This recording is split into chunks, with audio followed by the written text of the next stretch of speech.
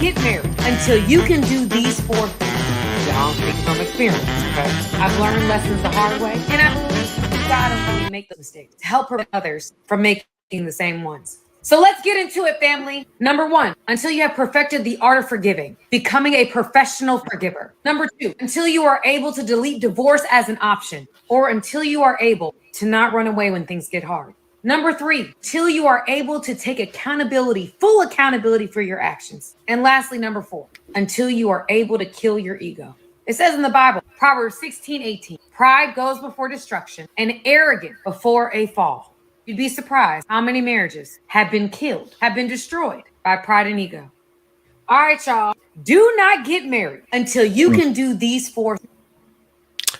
That was the wrong clip actually, but shoot, we gonna work with it. Wrong clip, but we gonna work with it, okay? It was a wrong clip, guys, but we're gonna work with it, okay? No, hey guys, welcome to Black Bitch Panel. A few more people will be joining as the show goes on, but today we are talking. What I titled this video, you won't take accountability, you are the problem. But I guess the question that's greater here is, in a greater spec, is why do people struggle to be able to make effective changes when it comes to improving their life? It's kind of funny we're having this conversation because actually I just spoke to a friend and we were talking about the Gabrielle Union situation and talking about that situation in itself. And I think one of the hardest things for a lot of people is being able to make effective changes that actually improve their life, that actually help them, be in a better place. And my hat's on the wrong way. Let me put it the right way. You know what I mean? But, to make the effective changes that are going to help them grow as a person and maybe even grow in their relationship. People struggle to do those things. So I decided to bring some people together from the British side of the pond and get some conversation flowing. I'm joined by Jay Anderson and Charlene, and there's a few more people that will be joining us as the show goes, as I promised. But let's have some real conversation. Let me ask a question first and foremost. I'll go to you, Jay, and get your perspective. Why do you feel it's so difficult for people to make effective changes, that are going to help them grow, especially in the relationship, romantic, the self-development department? Why is it so difficult for some people? This area, this is like my baby. This is something I really look at very, very harshly.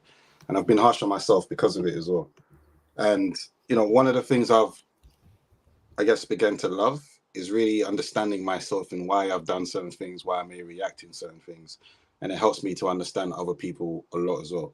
And I can say mainly that started when I gave my life to Christ. But in answering the question, and I'll be very quick, right now, the answer I'll give will be quite psychological, more scientific than just give my thoughts, right? And I feel like there's 2 specific areas.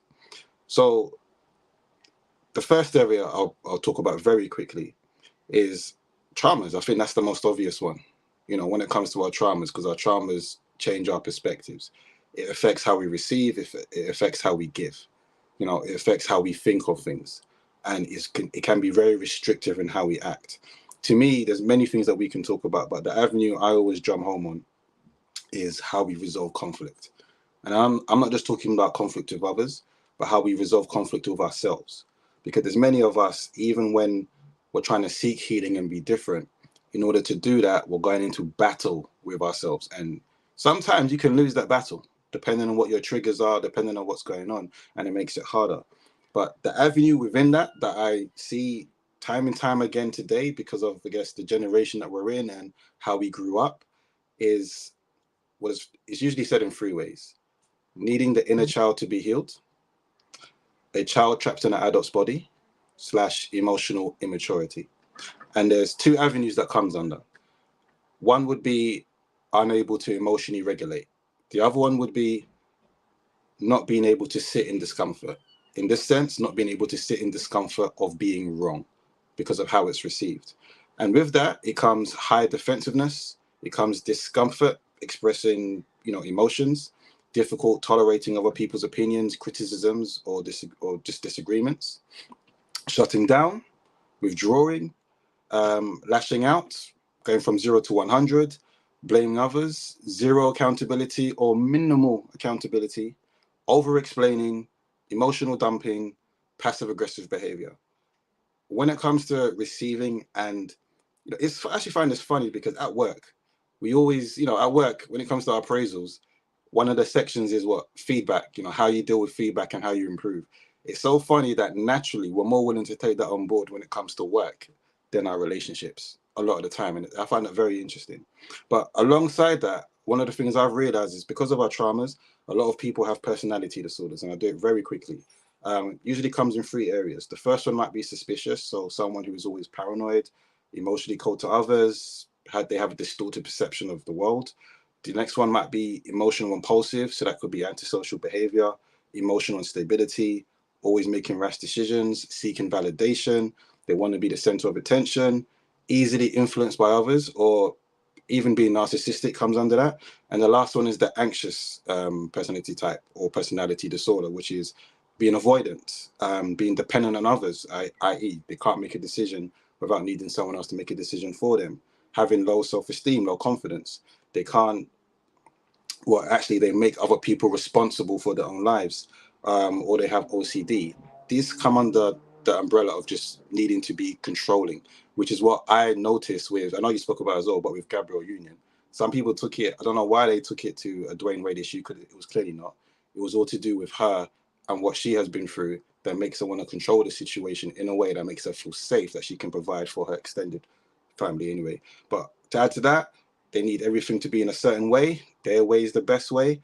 They have high, unrealistic standards, and they need everything to be perfect. So just very quickly to lay the foundations, these are the things that I've noticed that make it very difficult for someone to operate with another party who's also coming with their own.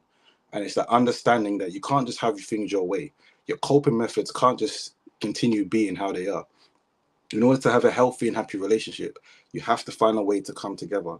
And a lot of people struggle with that, which has begun to increase my understanding of why it's actually hard in relationships for people to be accountable, to actually learn their lesson in the moment rather than do it afterwards when you've already created a mess.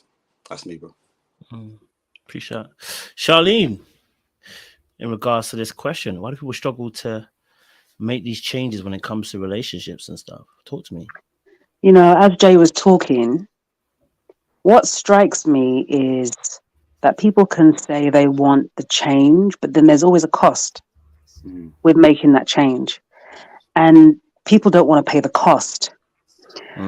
Also, you know yourself as a certain way.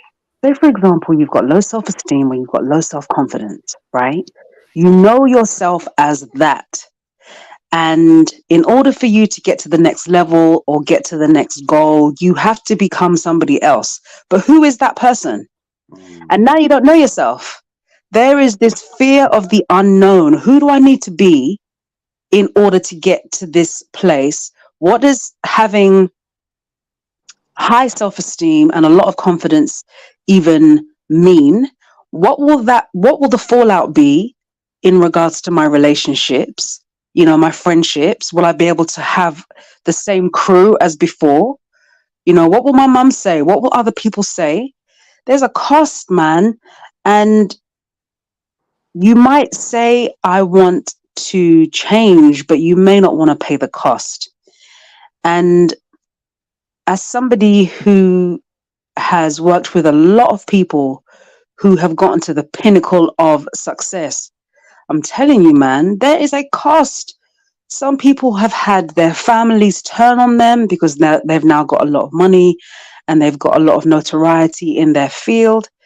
And it's like, there's a cost to staying the same as well. But you've got to be willing to pay it either way. And so the question is, people struggle to make change because, the question is, are you willing to pay the cost? So that's what I'd say. Love that. Love that. Jeff, welcome to the conversation. We just literally started, so you're good. We're talking about, obviously, why do people struggle to make the effective change in their life? Why do you feel like people struggle to be accountable, to be able to make changes, to put the input in that's going to cause them to reach goals and stuff like that? Why is it so difficult to make these changes for you? I feel like I've just stepped into like a landmine here right now with this, like with this. That's a good question. Why do people struggle to make change? There's so many reasons why. I think when it's easy to fantasize about making change, anybody can do it, right? It's easy to talk about what you're going to do, what you want to do, where you see yourself in the next 5 or 10 years. But then actually putting in the work, because that's what it requires. To make sufficient change requires hard work. And some people underestimate how much work it takes to actually make change. Some people don't plan to make change. In their head, they think about it. But when it comes to actually putting in that groundwork to make that change, they don't do it. Some people don't know how to because they were never taught how to properly organize, how to say, okay, this is what I'm going to do. And even when you make the plan to do something, it takes not just the willpower. It doesn't just take you just saying it or having the confidence to say it. It takes consistency and discipline, right? Like I could say to myself, all right, this year I'm planning to use like 30K because I want to get to this target of 75 kilograms because I want to be healthy. But yet also, if you have cultivated bad habits over the years, if you've stayed in a perpetual state of laziness, it's so easy to say what you're going to do, but yet are you actually willing to step outside of your comfort zone of bad habits in order to make the change that you want? That's another issue. Are you willing, as Charlene would say, are you willing to count the cost for this particular situation? Because it's a life-altering situation. I read somewhere that it takes about maybe 21 days to 6 months to break a habit, a bad habit, right? Good or bad even.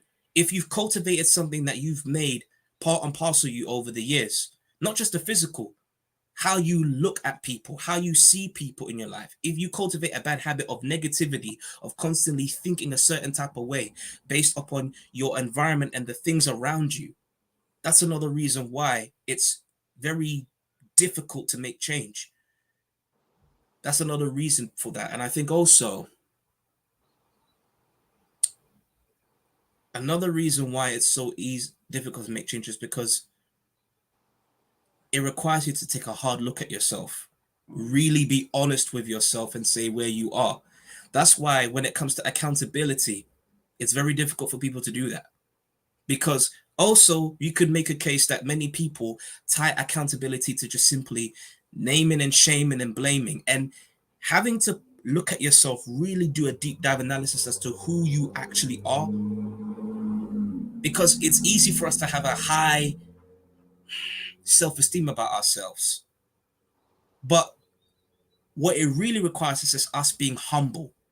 To really have accountability means you have to be humble and really be honest about yourself. That doesn't mean that you literally put yourself down deliberately and then start talking bad about yourself. No, there's a balance between not having a low sense of self-esteem and a overinflated sense of self-esteem. It's having a balance, a healthy sense of self-esteem, to be humble. That's another issue with that. And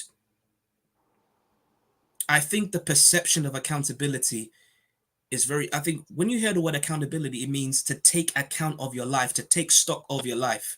In business, do you not take stock of your investments? Do you not take stock over the things that you have and then calculate, okay, what are the things that I need to change here if I want to make profit? So if we're willing to do that when it comes to stocks and bonds, why is it we're not willing to do that for our own lives? Because it's difficult and it's painful. It's really painful to do so, but no pain, no gain.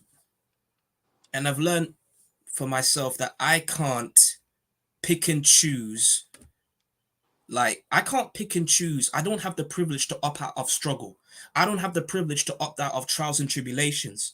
All I can do is just choose the level of difficulty that I can tolerate, as we all do.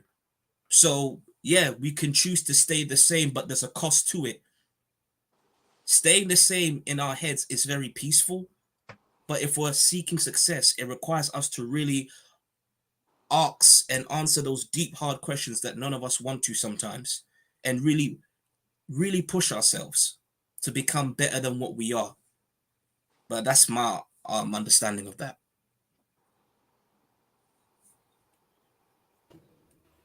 Listen, I hear you. I think also with this situation, you know, when it comes to making those changes, like you guys already said, I won't add too much because I think you guys have kind of hit it, and we're gonna kind of talk some more about it. Is that the difficulties is because counting the costs, I think, is a great way of putting it.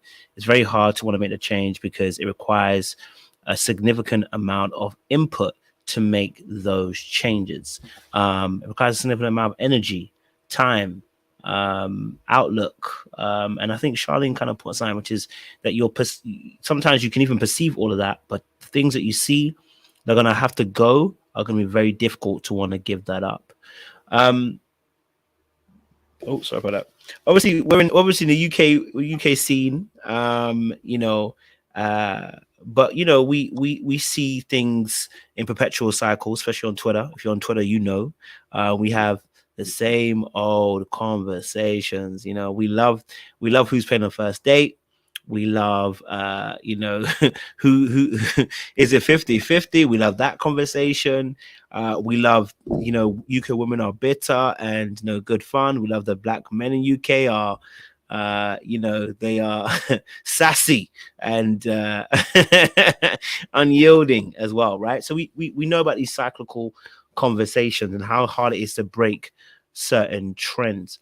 Okay, so talking obviously some more about you know, breaking some of these changes. I want to pick up on a point that Charlene kind of mentioned, the point about where if you count the cost and you realized the cost might be too great to want to make that change, how would one overcome that situation? Because, for instance, let's say, like Charlene said, if I'm gonna make the change, all my friends are gonna leave. This is also the same thing with Christians. We know this as Christians. This is the exact same thing you have. It's the same conundrum. But what makes somebody want to consider that change then, that it's going to be so important that they're going to be like, I don't mind sacrificing, because that's what you're doing, those things in order to make that change work for me? Charlene, go for it. You know something? It's such a brilliant question. And I'll speak from a personal perspective. I had to get really gangster, you know, and I had to say, I am willing to sacrifice anything and anyone for the goal, which the real goal is to love myself. And I'm not prepared to be attached to the old me so much that I am not willing to be somebody else in order to get to where I need to get to. And so that means that if there is any habit, temperament within me that's got to go, you've got to go. And I can't afford to be attached to who I was. I can't afford to be attached to friends that don't want to come with me. I had to get gangster because I was not liking my mentality. I didn't like what my mentality was producing and creating in my life. And so I had to get wicked with myself and say, listen, we are prepared to sacrifice anything for our desires and get ruthless. And I continue to be that way. And the real aim is wholeness and love with myself. That's the real goal, you know. And so, yeah, that kind of willingness to sacrifice is what's necessary, I believe.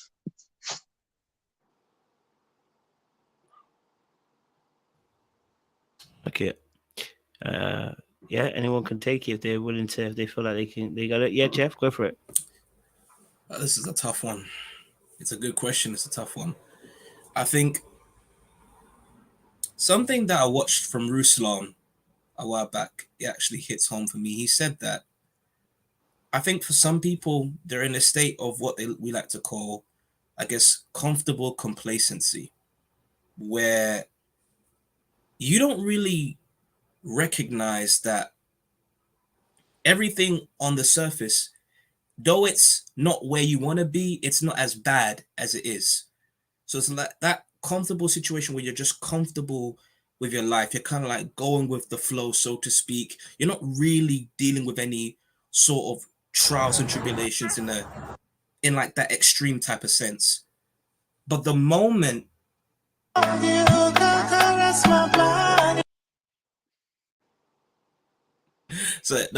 right?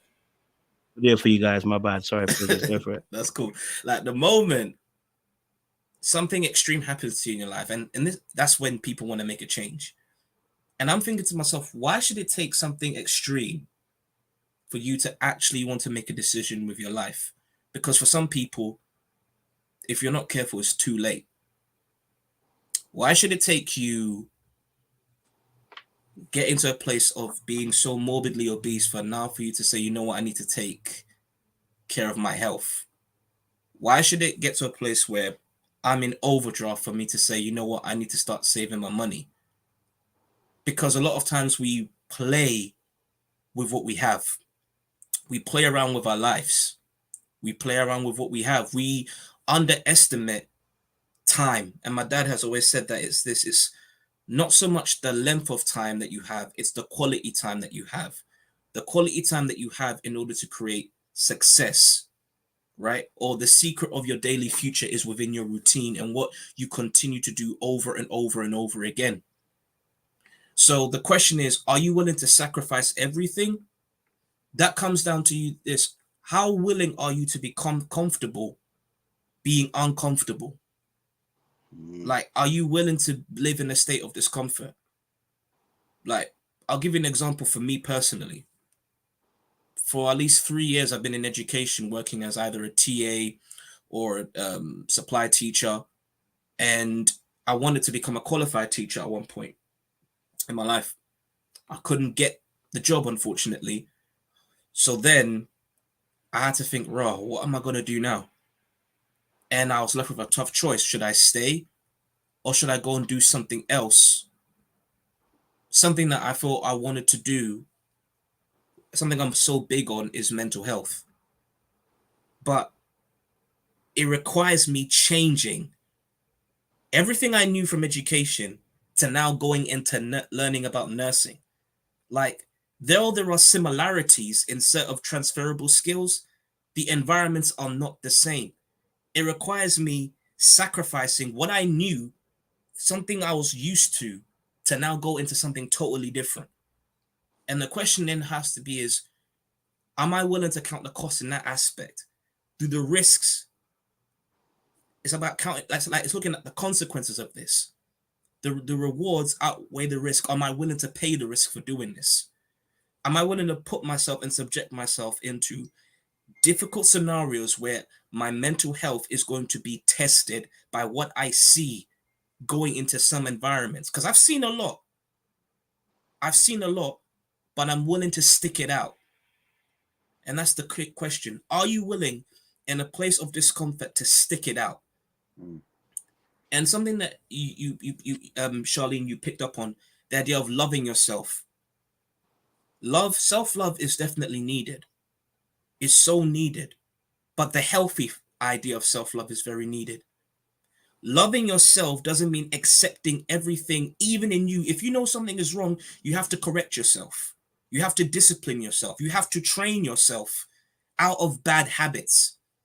Because a lot of times people have an misappropriate the word of self-love and think, oh, I'm just going to do whatever I want, and think I'm not going to pay the consequences to that. No. It don't work that way. It don't work that way. Self-love means you're going to have at times you're going to appreciate yourself, but also you're going to be honest with yourself in what you do, the choices that you make. And truth be, accountability always starts with self, because if you can't hold yourself accountable, how can you ever think you can speak on another person to hold them accountable when you're not even taking stock on your own life? That's like literally, I think in the book of Matthew, where Jesus talks about judge not or you too will be judged. That isn't to say that you don't ever judge. It's saying, you hypocrite, take the plank out of your own eye and then you will see to take the speck out of somebody else's. check yourself first before you start checking on other people. But again, that comes with the willingness to really be honest. And as a Christian, we're called to die to ourselves, to daily die to our flesh, to not submit to it. And that's something that we all must learn. I have to learn that. Bad habits I have to work on every day. But that requires really being honest with myself and having a critical analysis as to what are the good and the bad in my life and what are the things I have to improve upon, and also being willing to speak to other people to get help if necessary, to be humble enough to say, oh, I need help in this. I ain't got it all figured out. Some people don't even have accountability partners to talk to about certain stuff like that, especially if you've never been in a place where you really need that hard critique, that tough love, so to speak, for someone to keep it real with you. Yeah, so that's my idea on it. Appreciate that, Jeff. Go for it, Jay. This last point, and we're gonna introduce something else. Go for it. I feel good. I think where we're getting at, and Charlene, you mentioned it earlier on, and Jeff, you was drumming home in it. I think a lot of us in today's world simply have an identity issue, and it's a mix between who we think we are, who we actually are, who we want to be, and who the world says we are. You know, I can even talk about who we're supposed to be in Christ, but we know not a lot of people even understand what that actually means. And I thought that battle going on creates a lot of the situations that we're like actually talking about.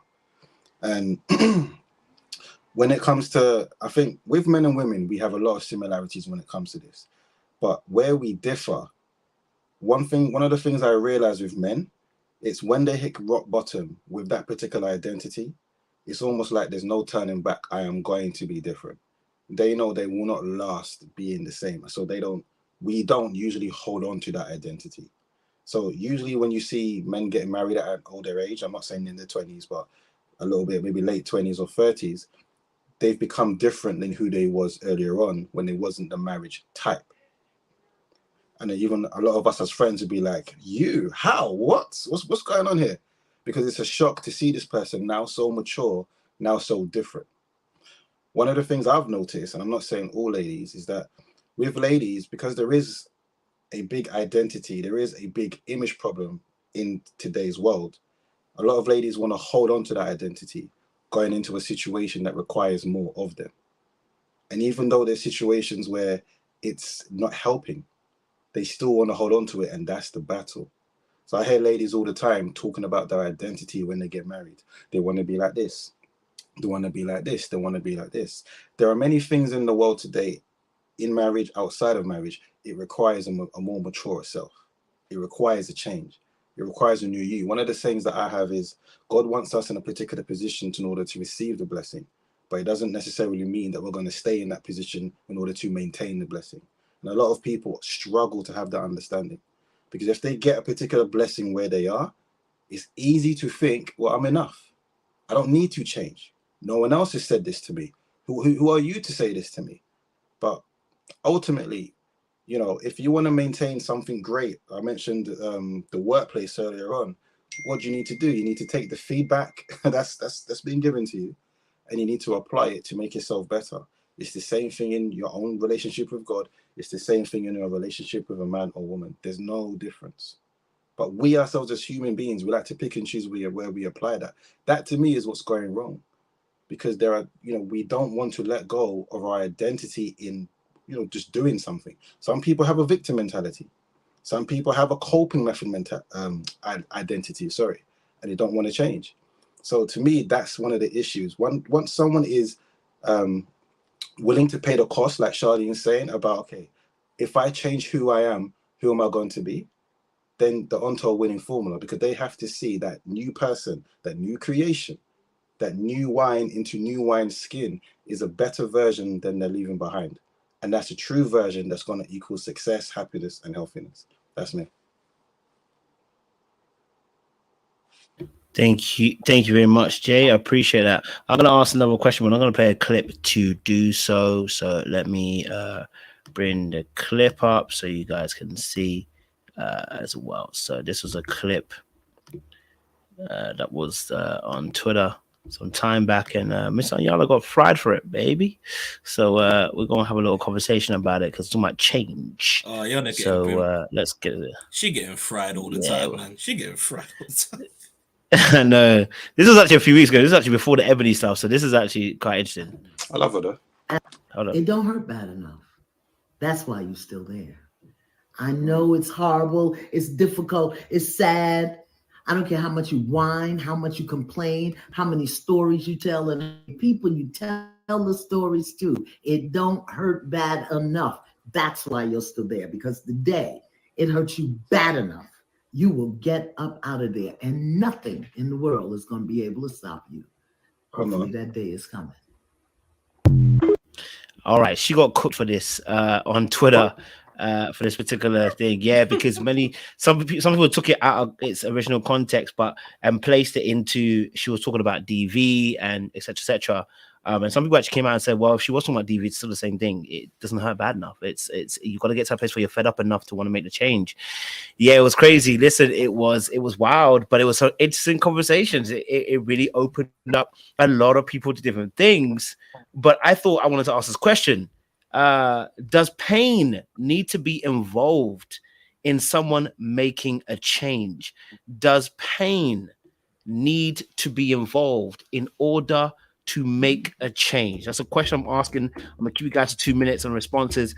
Does pain need to be involved? Charlene. So the short answer is no. Oh. You can learn as much from orgasms and bliss as you can from pain. So I want to be clear about that. But yeah. Oh yeah. Oh yeah, let's talk about it. But I will say that there comes a time when you've had enough pain that it will catalyze you, you know. There was one time I was like in my teens and I was out at a barbecue or something, and you know, like late teens, and I'm at this barbecue late and it's time to come home. I've missed the buses, I've missed everything. And I ended up getting this bus, which I think is going in the direction of my house, but it's going the opposite direction of my house. And I'm not even sure what the route is. I lived in North London and I ended up in Battersea, right? And at this point, night buses aren't running for another hour. And I'm just like, I have to wait. I've got a mini skirt on. It's dark. I'm in Battersea. I don't know where the heck I am. Once I got home, the next day, you better believe I went and get my provisional license so I can get a car and start driving. Because who's got the time to be waiting at the bus stop? That catalyzed me into action. But it doesn't have to be painful in order to catalyze you. But I feel, Miss Iyanla, I think that Twitter should be renamed Triggered, because people just be triggered. I've never known a platform that is so dedicated to being miserable in my life. But I digress. I'm just saying that pain is powerful, but so is pleasure. Amen. Like it. I like it. Yeah. That North London. No, I'm just saying. The moment you talk about North London to Battersea, that North London to Battersea is a distance, yo. Like, where were you? How did you get lost so far? Yeah, I lived in Battersea. That's what I asked how you go to North London for Battersea to North London. I got on the number 19 bus the wrong way. Oh, 19. The 19 bus. You know, the old style double decker. I'm giving away my age. Lord have mercy. But the next day I went to the post office. Remember, there's a form you need to fill in for the provisional, yeah? This is not no online business. The next day I went and I signed on the dotted line and I started my driving lessons because nobody ain't got time for that. Facts. And even to touch into that point, you said provisional. Listen, me, even right now, where I'm living in Bedford, like out here in Bedford, there's no Oyster card system here for you to be getting every bus every 10-15 minutes. Nah, you got to wait for that thing 30 minutes to an hour sometimes, yeah? Literally. Just for me to go down to my placements. Like, public transport is... Sometimes I still wish I was living in London, right? it is painful on my wallet. Like my wallet be bleeding, it's crying out tears the number of times I've got to be giving that bus driver my money. Now, by God's grace, after I think 2 years of trial and error, I've managed to pass my driver's test. Yeah, but I had to go through a situation of pain, like to go through that. And I think here's the thing: when it comes to the reason why I bring this up is, it's true that you don't need painful situations to motivate you to change. But even then, within that, there's a level of sacrifice that you must feel about it. And sacrifice can be painful. It's just how you interpret it. Or let's say if I'm going to the gym, you guys can all agree, like when it comes to like lifting them weights, especially your first time, you're lifting it up, and then you feel that pain in your muscles of like that you got to rest it. But the pain is serving a purpose behind that, or the sacrifice that you're putting in is serving a purpose. Even the whole idea about orgasm, Charlie, I'm not an expert, but from what I've been told, apparently there's a painful Talk about it.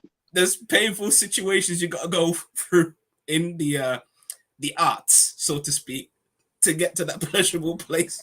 So even then, I think the reason why I say that is that sometimes for some people, the idea of pain, the idea of sacrifice, because I'm tying it together, is a good thing based upon how you perceive it and what is your end goal at the end of the day. Because your end goal, okay, because I went through this painful situation, I have to now get me a provisional license. Because I've gone through this painful situation, I have to get me this. What is my end goal in that? Now, if I'm just suffering for the sake of suffering, that's just foolishness. No. There has to be a positive outcome at the end towards this. I don't think anyone who goes to a gym who literally is slaving away, banging out weights, because I see you, Kojo, I see you with them gains here. Like, come on, we see. Like, you're doing it for a greater purpose. Everything we do is for a greater purpose. And within that process, there is a painful... There's a mix between pain and pleasure. Like there's a mix between that, but there's a process that you have to go through. You have to go through the process, but some people don't want to go through the process. Without the process, how can you ever expect change? Change is going to be inevitable in whatever time and season you're in, but the growth of it is optional. That's why there's an idea of growing pains. So that's it. Appreciate it, Jay. Yeah, so do you know, I'm going to use an analogy. I'm going to be more explicit than Jeff was saying. When it comes to a woman's orgasm, realistically, if you understand the anatomy of a woman, she doesn't need to feel pain to reach orgasm. Her cervix doesn't need to be almost broken in two for her to reach orgasm. The reason why there's a lot of women who feel like they need to receive that bit of pain is because they've become used to it. It's become normal. Their bodies have taken it on board as that is what I need in order to get there and reach that climax, hit that spot. But their bodies don't actually need that pain. So they've trained themselves, this is what I need. I use that analogy when it comes to people. I think Oyana was just specifically talking about people whose identity is pain, who can't function on happy times is where I'm going to change, because they won't change. Like that's the realism of it is, in happy times, people are reluctant to change. Like we know as Christians, when things are going good, that's when people are probably less willing to have the relationship with God that they need to. But when things are going bad, that's when people make all types of promises, all types of, wishful thinking, all types of everything, right? And for me, it's just purely down to, we don't need pain, but we've become accustomed to pain. We've become accustomed to needing that drive, that punch, that needing something in order to say, okay, we need to be different. We need to do something different in order to get where we need to get. That's why I use the analogy of, like, not just now, but earlier on, about a man needing to hit rock bottom for him to be his completely true self in his purpose, needing to take himself away from everything that he knew and say, do you know what? It's not working for me. Look where I've ended up. In order to be the man that I need to be in Christ, the man that I need to be for my partner, that I need to be for my kids, I have to be different. And I'm going to completely leave that old boy behind. This is what women are missing, by the way. They're missing men who are able to make this decision and step forward. I think women are too used to boys in this day and age, which is the problem, because they want men. Let's talk about it. They want men, and they're too used to boys who unfortunately don't have the ability to make those decisions because it's too hard. It's too hard for them. And I think you mentioned it, Jeff. Some don't even know how to even do it. They don't even know what's on the other side because they've never been shown how to make that change. And this is why conversations like this is important. This is why, like I said, Jeff, that mentors are important to say, okay, you may have not been taught that as you're growing up, but I can teach you now. Earlier on, I mentioned a lot of our issues are, needing the inner child to be healed, a child trapped in an adult's body. So a lot of people get into adulthood and just don't know what to do. They don't know what to do, and they're in pain and they're screaming. They need to be heard, but the lack of emotional regulation is not allowing them to be in a place where they can actually receive what they need to receive, because it hurts. It's too raw. And I think we just become used to it, identity and pain, and that shouldn't be the case, but it is. But I tend to agree with Ayana, to be honest with you. If it really was that problematic to you, I'm not saying it'll be easy. It'll be difficult, but you should be more willing to make that change, because you don't want to keep hurting yourself. You don't want to keep hurting other people. You want to become different. But I understand, to open up those wounds, to look at yourself in the mirror, can be one of the hardest things to do, depending on what coping methods and traumas you have adopted. That's me, bro. Love that. Thank you, boys and girls, or ladies and gents. I'm going to bring you quick dilemma number one. Quick dilemma number one. All right, cool. So I got a dilemma that I was watching on TikTok the other day. Shout out to Taser Black. He brought this dilemma up. And I want to get your thoughts on this. Okay, so a little bit of a change of speed, but I want to get you guys' thoughts on this particular situation. Let me know what your thoughts are. I'm the type of person that if I go to my boy's house, knock the door, and his girl's in there, I say, yo, for example, where's Mark? He just popped up. All right, cool. I'm going to go sit in my car. I wait for Marks. I'm not going to go in the yard. You know what I mean? Really? If I've never met his girl, I don't know his girl like that. I'm not chilling in the yard waiting for Marks. All of those things there for me is just a bit too much, man. You know what I mean? Yeah, when lines get crossed and that, it's just long, man. See, if I'm in a relationship with someone, that's someone that I trust. That's someone that's got the most trust in the world. And I don't like to be with someone that you can't have around your friends or feel weird or stuff like that. Like, if I came home, if you've been to my house multiple times, even if you haven't met her, she's someone that decides to be my partner, and we all know that you're coming there. I pop out and I come home and I see you in there. That's not a problem. I'm not saying that's a problem. I'm not saying for me. Yeah, for you, but it shouldn't be. What I'm trying to say is, it's more of a problem for me, even in our friendship. It's more of a problem if you go and wait in the car, because I don't understand what you're trying to tell me. I'm trying to tell you nothing. Well, what are you trying to? What you so starving you can't be around my gal? You're so hungry. What are you gonna do? So what are you trying to tell me? Go and wait in the house with her. Wait, hold on. What you're saying now, you sound like you're very innocent, yeah? And you sound like no.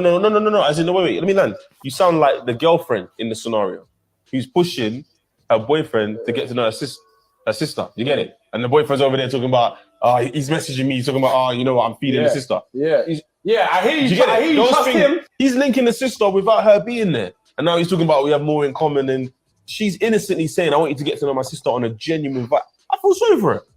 Now my man's talking about, yeah. Do you know what I mean? I just think for me, if I haven't met the girl, and you haven't introduced me to her, yes, I might see you in certain places, but it's just a high and by. Hey, you're right. Do you know what I mean? Dude, imagine going raving, for example, you introduce me to your girl in that rave.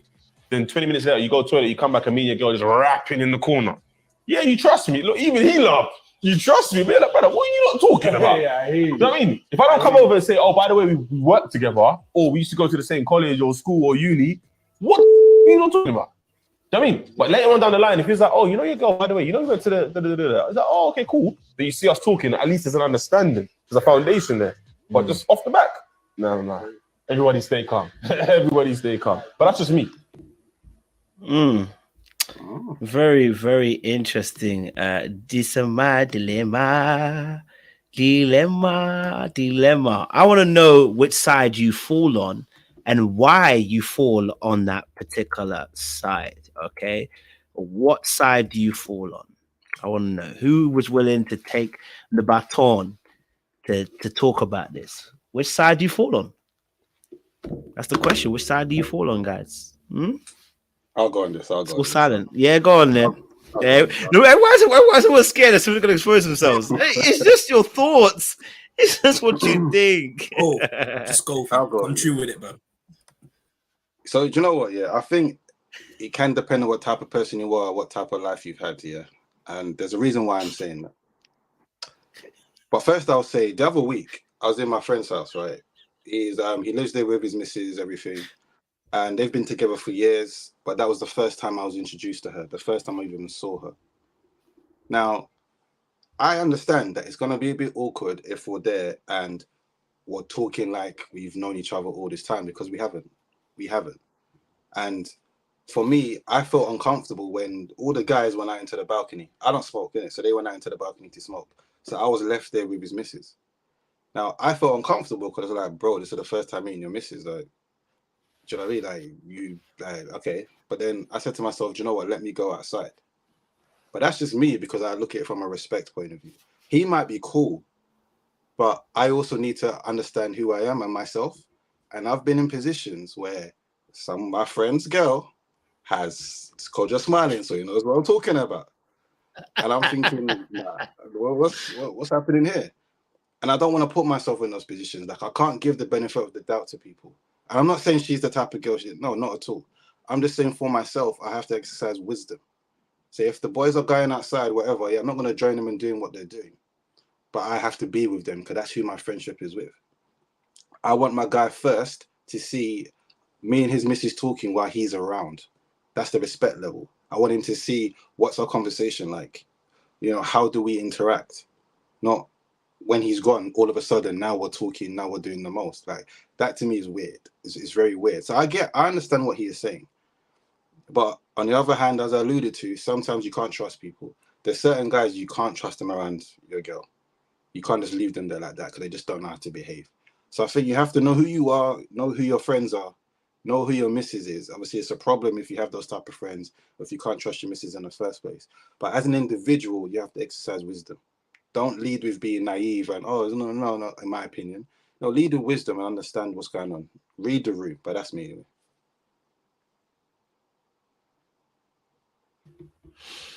Jeff, what are you saying? I agree.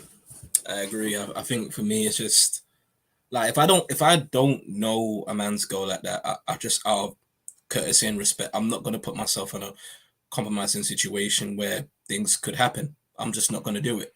That isn't to say that I don't have a level of self-discipline or respect. I think it's just, I don't know what to expect.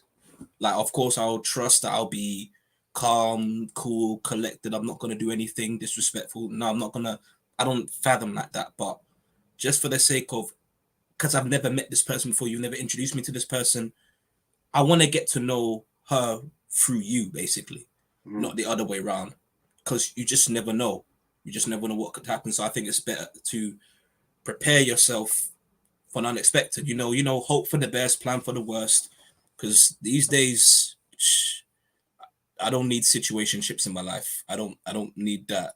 I don't want a situation where I'm meeting someone for the first time, and then like Napaman K, she's like trying to show me how she gets down. Nah, I'm not into that.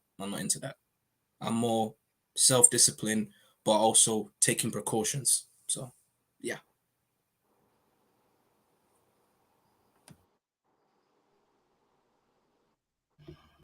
Yeah, Charlene. It is very, very interesting. Listen, Jay's laughing already.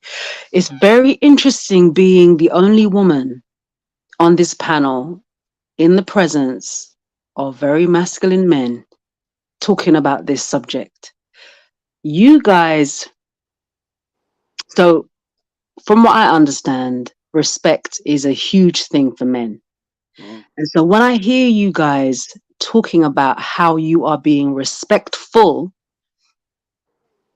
it's not something I would ever question. Oh, why are you doing that? No. Men have a vantage point that women do not have. And one thing that strikes me about men, that you guys' experiences moving through the world is a lot different to mine. And so your behavior might be viewed as it's more probable for your behavior to be viewed as predatory or harmful. I'm not saying that it's the case. I'm just saying it's more probable that it will be perceived that way. And so I think that it's wise to move in the way that you guys have said, to be disciplined. And, you know, you were saying, Jay, that you joined your boys where they were smoking. You don't smoke, but you didn't feel comfortable. There's something about the way that you move in regards to respect that I just admire. I think, well, I know that women don't necessarily move in that way. The lines are more blurry. And this is the reason why a lot of women get into problems. But I'm a fly on the wall, brothers. So I'm just listening, and I appreciate what you're saying, man. I really do. Appreciate that, Charlene. JR, what's your thoughts on this dilemma? I don't know if you heard. Did you manage to hear the dilemma? Oh, sorry, I muted you, bro. Go for it. Yeah, I only caught a little bit of it. If you wouldn't mind running it, right? I could play the first part. Yeah, I can play the first part for you, Cool, Cap. Just to recap. I'm the type of person that if I go to my boy's house, knock the door, and his girl's in there. So yo, where, like for example, where's Mark? He just popped up. All right, cool. I'm gonna go sit in my car. I wait for Marks. I'm not gonna go in the yard. You know what I mean? Really? If I've never met his girl, I don't know his girl like that. I'm not chilling in the yard waiting for Marks. It's all of those things there for me is just a bit too much, man. You know what I mean? Yeah, when lines get crossed and that, I don't it's think long, like, man. see with my if I'm in a relationship with someone, yeah, that's someone that I trust. That's someone that's got the most trust in the world. And I don't like to be with someone that you can't have around your friends or feel weird or stuff like that. Like if I came home, if you've been to my house multiple times, even if you haven't met her, if she's someone that decides to be my partner, and we all know that you're coming there, I pop out and I come home and I see you in there. That's not a problem. I'm not saying that's a problem. I'm Not saying for me. Yeah, for you, it shouldn't be. What I'm trying to say is, it's more of a problem for me, even in our friendship. It's more of a problem if you go and wait in the car, because I don't understand what you're trying to tell me. I'm trying to tell you nothing. Well, what are you trying to? What you're so starving you can't be around my gal? You're so hungry. What are you gonna do? So what are you trying to tell me? Go and wait in the house with her. Okay, wait, hold on. What you're saying now, you sound like you're very innocent, yeah? And you sound like no. As in, wait, let me land. You sound like the girlfriend in the scenario who's pushing her boyfriend to get to know her sister. You get it? And the boyfriend's over there talking about, he's messaging me, talking about, you know what, I'm feeding the sister. Yeah, I hear you. You get it? I hear you. Those Trust things, him. he's linking the sister without her being there. And now he's talking about we have more in common. And she's innocently saying, I want you to get to know my sister on a genuine vibe. I feel sorry for her. Now my man's talking about, do you know what I mean? I just think for me, if I haven't met the girl and you haven't introduced me to her, yes, I might see you in certain places, but it's just a high and by. Hey, you're right. Do you know what I mean? Imagine going raving, for example, you introduce me to your girl in that rave. Then 20 minutes later, you go to the toilet, you come back and me and your girl just rapping in the corner. Yeah, you trust me. Look, even he laughed. You trust me. But like, brother, what are you not talking about? Yeah, I hear you. Do you know what I mean? If I don't come over and say, oh, by the way, we work together, or we used to go to the same college or school or uni, what are you not talking about? Do you know what I mean? But later on down the line, if it's like, oh, you know your girl, by the way, you know we went to the I was like, oh, okay, cool. Then you see us talking, at least there's an understanding. There's a foundation there. But just off the back, no. Everybody stay calm. Everybody stay calm. But that's just me. Okay, yeah, I get the gist of all of that. But listen, I'm going to the car. Like I'm not going to my man's yard. I'm sorry. Like it took all it for me to watch all of that to listen. Man. Yeah, because at the end of the day, you know, I don't know your girl like that to be going in the house and sitting there coaching, waiting for you, just me and her, right? I wouldn't like that done to me either. Out of respect for my brethren, out of respect for their relationship. What, you're not home? Okay, you know what? I'll bounce. I'll go do something. Holler at you later, or you call me later when you're free or whatever. But I'm not going in your yard to go and sit there and chill, bro. So that's on that. And the way them guys is talking, like, you know, maybe they're used to doing that, and they're quite forward and all them thing there around the next man's girl and wanting to chat to her and get to know her and all of them things there. That's cool if I'm there, but not while you're not going to be talking to my girl while I'm not there. There's only a few people I would trust to be able to do that, and they're family members that I grew up with, you know. So, but I wouldn't trust that. And it's not that my friends are necessarily grimy guys who can try anything, and it's not necessarily the case that my girlfriend might be naive or anything. It's just the fact that out of respect for the relationship, I would expect my boy to come check me later when I'm there, and I would do the same. I'm not gonna be alone with you, girl. Simple. This is so funny. This is so funny. I'll be honest with you guys. I think this is interesting.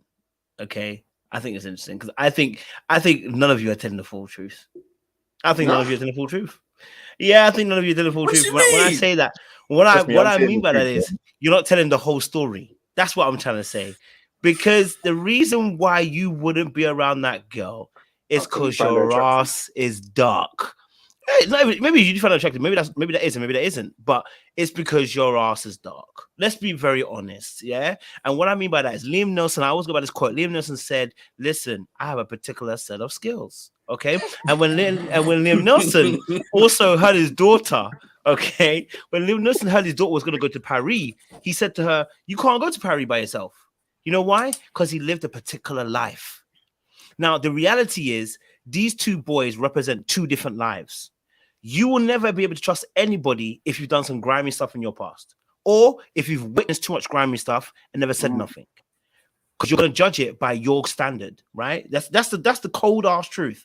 Either you did the grimy stuff yourself, or you saw other men do grimy stuff and you never said nothing. Hence why when you decide to sit in a room, you're itching. You're itching because you know yourself how this could be looking like, because you've seen certain situations or you've been grimy yourself, right? Whether you've taken next man's girl, it doesn't have to be your friend's girl, it could be any person's girl, but y'all know I ain't lying. Y'all capping like, oh, you know, us men are disrespectful. No. You know your asses are grimy, and that's why you're saying what you're saying. That's the reason why. Coach, I call cap. You call cap? All right. No. Let's go round. All right, Jeff. Yeah. Have you ever done some grimy stuff like that? No. Okay. Have you ever seen Mandem do it though? No. Because I don't associate with Mandem. Listen, I don't associate. So you never in your entire life, you never seen that? Like, I've heard about it, but I've never actually. Listen, people live vicariously off through other people. For me, I don't associate with them. People. What are you saying? I'm just saying that I'm saying new era level of cap with this one, because personally speaking, I don't do grimy stuff with girls like that. Because of what I'm hearing, because of the news of what people hear, and I'm like, nah, that can never be me. Because of that, I do not want my character to come in question like that. I move with people who live a certain type of way. I'm not saying that it's impossible. Who did you hear that from? If all your boys are well behaved, how the hell did you hear it? Bruv, YouTube. No.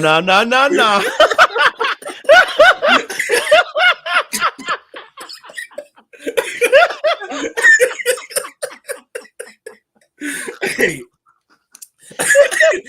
Bro. Also, listen, I'll just say this. At church, like people talk. People talk a lot, When it's like family members as well, where family members be telling secrets about certain people, and I'm like, okay, that's you.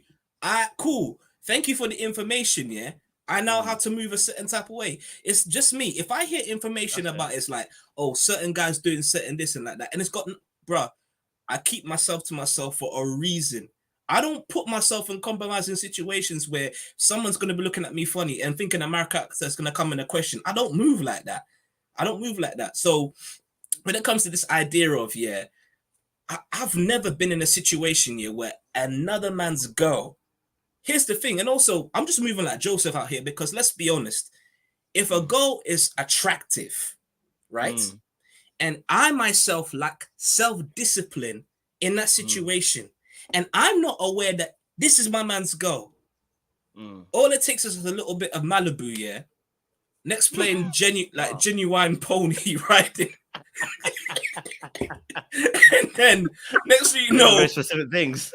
And next thing you know, the door opens. The door opens. I'll leave it there. So just a little bit of Malibu for you, and you gone. Nah. All right. Jay. Well, maybe McCarthy, but maybe. It don't take much. He's got McCarthy and Malibu in him, Sam. Jay, you never done grimy? You never seen grimy? Is that what you're telling me? Is that what you're telling me? I've not partaken in this situation, no. Have I seen it? Absolutely. Yes. Absolutely. You witnessed it. Okay, there we go. some of the friends that were there have Front done row that seat. to other, not the friends that were, they haven't done it to each other, but they've done it to other people that I also know. So I know it That are happens kind a of lot. close to them. Okay. Okay, so it happens a lot. So for me personally, that's why I said you have to know yourself. And I'm not someone who, like, I like talking about life, but I'm not someone who talks, like, I'm not full of myself. I don't, you know, I don't say I'm this and I'm that. I just acknowledge my life when I speak about it. Whether people believe me or not, or whatever they have to say, I don't really care. It's just what's happening in my life. And sometimes I have to acknowledge that my life is probably unique to a lot of guys. Now, don't get me wrong. A lot of guys have had my experiences, but a lot of guys have not. So I'll give 2 examples. I've had situations where after the guy and the girl's broken up, he's coming to me and say, Jay, you could have had that. I'm thinking, what? What are you talking about? Like, what conversations are you having? But what he's acknowledging is that the way she's spoken about me is as if she's attracted to me. And I haven't put myself in a situation to start flirting or anything like that. Sometimes I just show up. I'm just there. I just speak normally. I don't know what's going through her mind, but I keep those boundaries. But what I've noticed that doesn't stop people liking you if they're going to like you. I've asked girls these questions. Have you ever been with a guy and you've liked his friend? Many have said yes. I don't know if that's ever happened in my life, but many have said yes. And don't get me wrong, guys do it too. Don't get me wrong. Yeah. So many have said yes. So it's like, okay, I've seen affairs happen. You weren't someone's first choice. When they break when they break up. When they break up. When they break up, then all of a sudden those two start getting. So I've seen this a lot. And attraction is attraction. Some people don't have discipline. Some people don't have morals. Some people don't have boundaries. That's true. When it comes to, as guys, when it comes to women, we all know guys who don't really, well, apart from you, Jeff, apparently, we all know guys who don't have boundaries. Don't do that. When it comes to women, Don't do that. So in my life, this is why I say, no, I'm not playing that game because I don't like what they're doing. I give one last example. There's a particular girl that's married to a friend of a friend. Like, I know the guy directly, but we're not friends like that. He's not on my phone. There's no reason for us to talk beyond the times that we see each other. And I only see him when we're at a mutual friends event or something. He's married, yeah. And as far as I know, I've never met his wife before they met, everything, none of that. I've never met her. I only met her while they've been together. But every time I see this with his wife, the way she looks at me, like her face lights up. She's looking at me like, I'm thinking, yo, what? That's what Negroes are afraid of. What? Like, what's going on here? Because I'm like, do I know you? Like, who's been saying what? Because why did you look at me like that? And like, her eyes are following me, you know, that seductive eyes, just doing the most. And I'm like, my man's even facing other ways. And I'm like, I don't like this. So I go out of my way, I greet him and I greet her, but I don't stick around to talk. Listen, my missus might be watching now. She will tell you. There's times where we are walking outside and a girl could be walking with a guy, but the way the girl was looking at me is a disrespect, not only to my missus, but a disrespect to the guy that she's with. That's what I say. I've had to understand my life and no more naivety, no more giving benefit of the doubt. I have to be real and say, do you know what? We live in a very dangerous time where anyone can do anything for whatever reason. That's true. There's many people who, again, like you're saying, bro, who are not really with their first choice. They're with someone, but they're not with someone who does it for them or who all the way that they're happy with, you know, who scratches some sort of itch, you know, especially certain girls that like a certain guy to carry himself a certain way. They might not have that in their partner, but they're still attracted to that in the first place, which is a whole different conversation anyway. So I've seen these things in my life, like, but I've never decided. In fact, I give another scenario. Two people were together. To get him back for the things that he did, she was trying to throw the box at me. She was sending me pictures. She was sending me messages. I was telling her, yo, stop this nonsense. I was tempted, but I said, Jason, by the way, this is like how many? Over 10 years ago. But I said, that's not the type of person that I am. And I wasn't tempted because I liked her. I was tempted because as a man, I'm thinking, woo, this girl's ready. Dude, I'm low. Woo. And Let's be honest. I'm not doing that. I'm not. Even though that guy he's a clown, like, or was a clown, I said, end of the day, I'm not gonna do that. That's not me. I have morals. I have respect.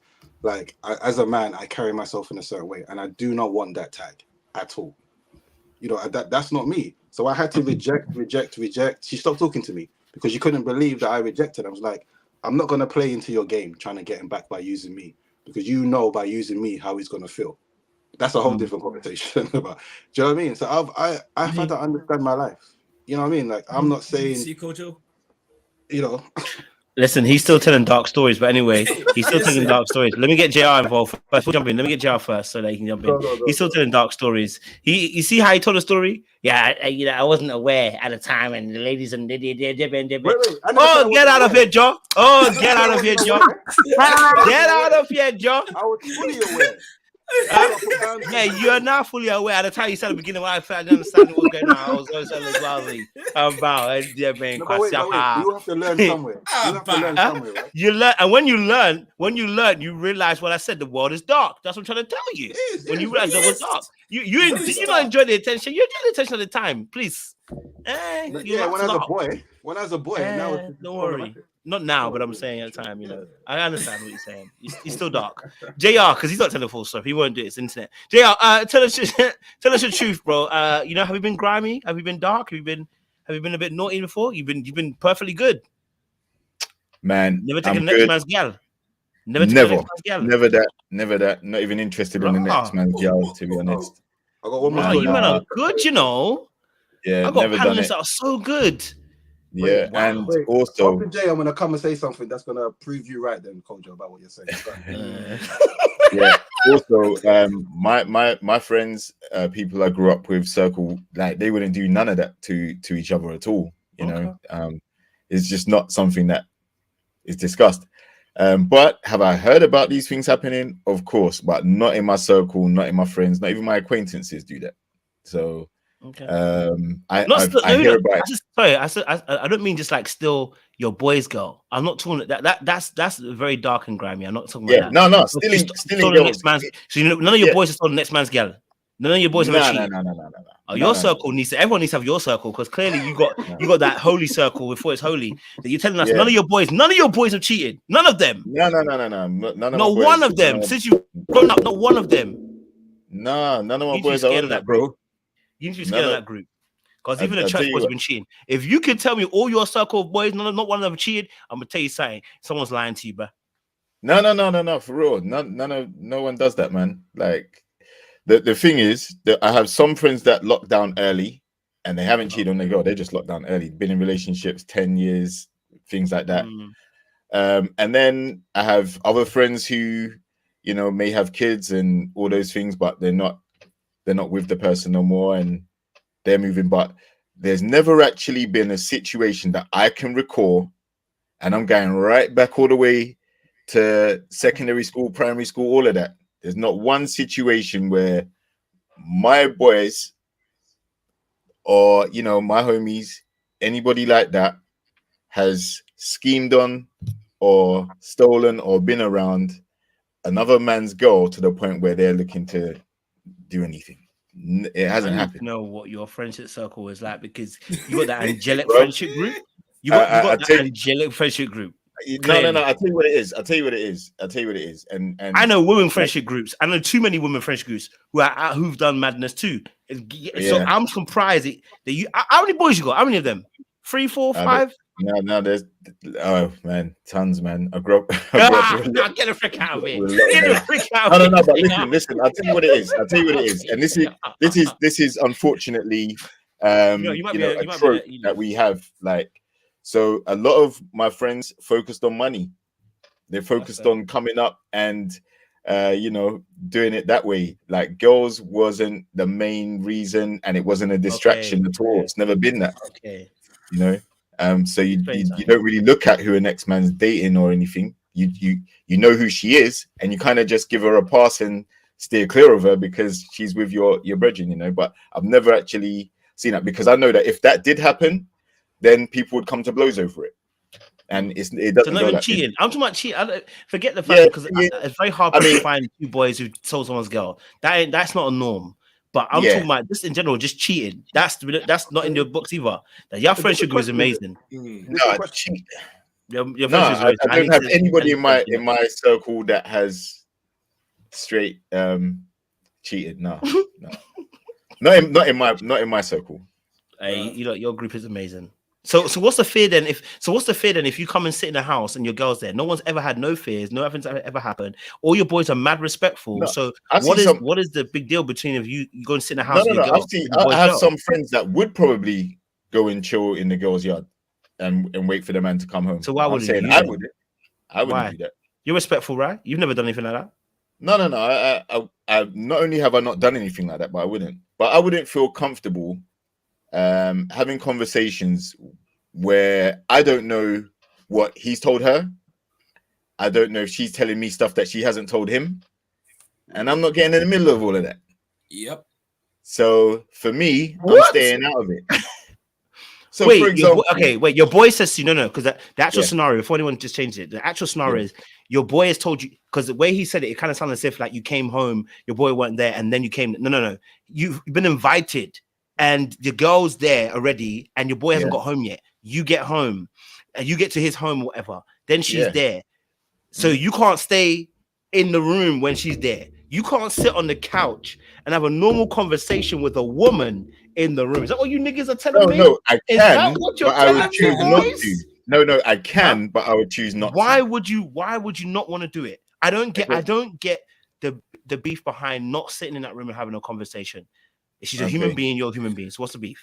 All right, I'll give you a scenario. This hasn't happened because, Go for like it. I said, it hasn't happened to me. But I'll give you a scenario that could potentially happen. All right, so say for example you're there chilling. She invites you to come sit down on the couch and wait. What do you guys have in common? You both have a relationship with your friend, right? Who's not there. Yeah. She might start venting.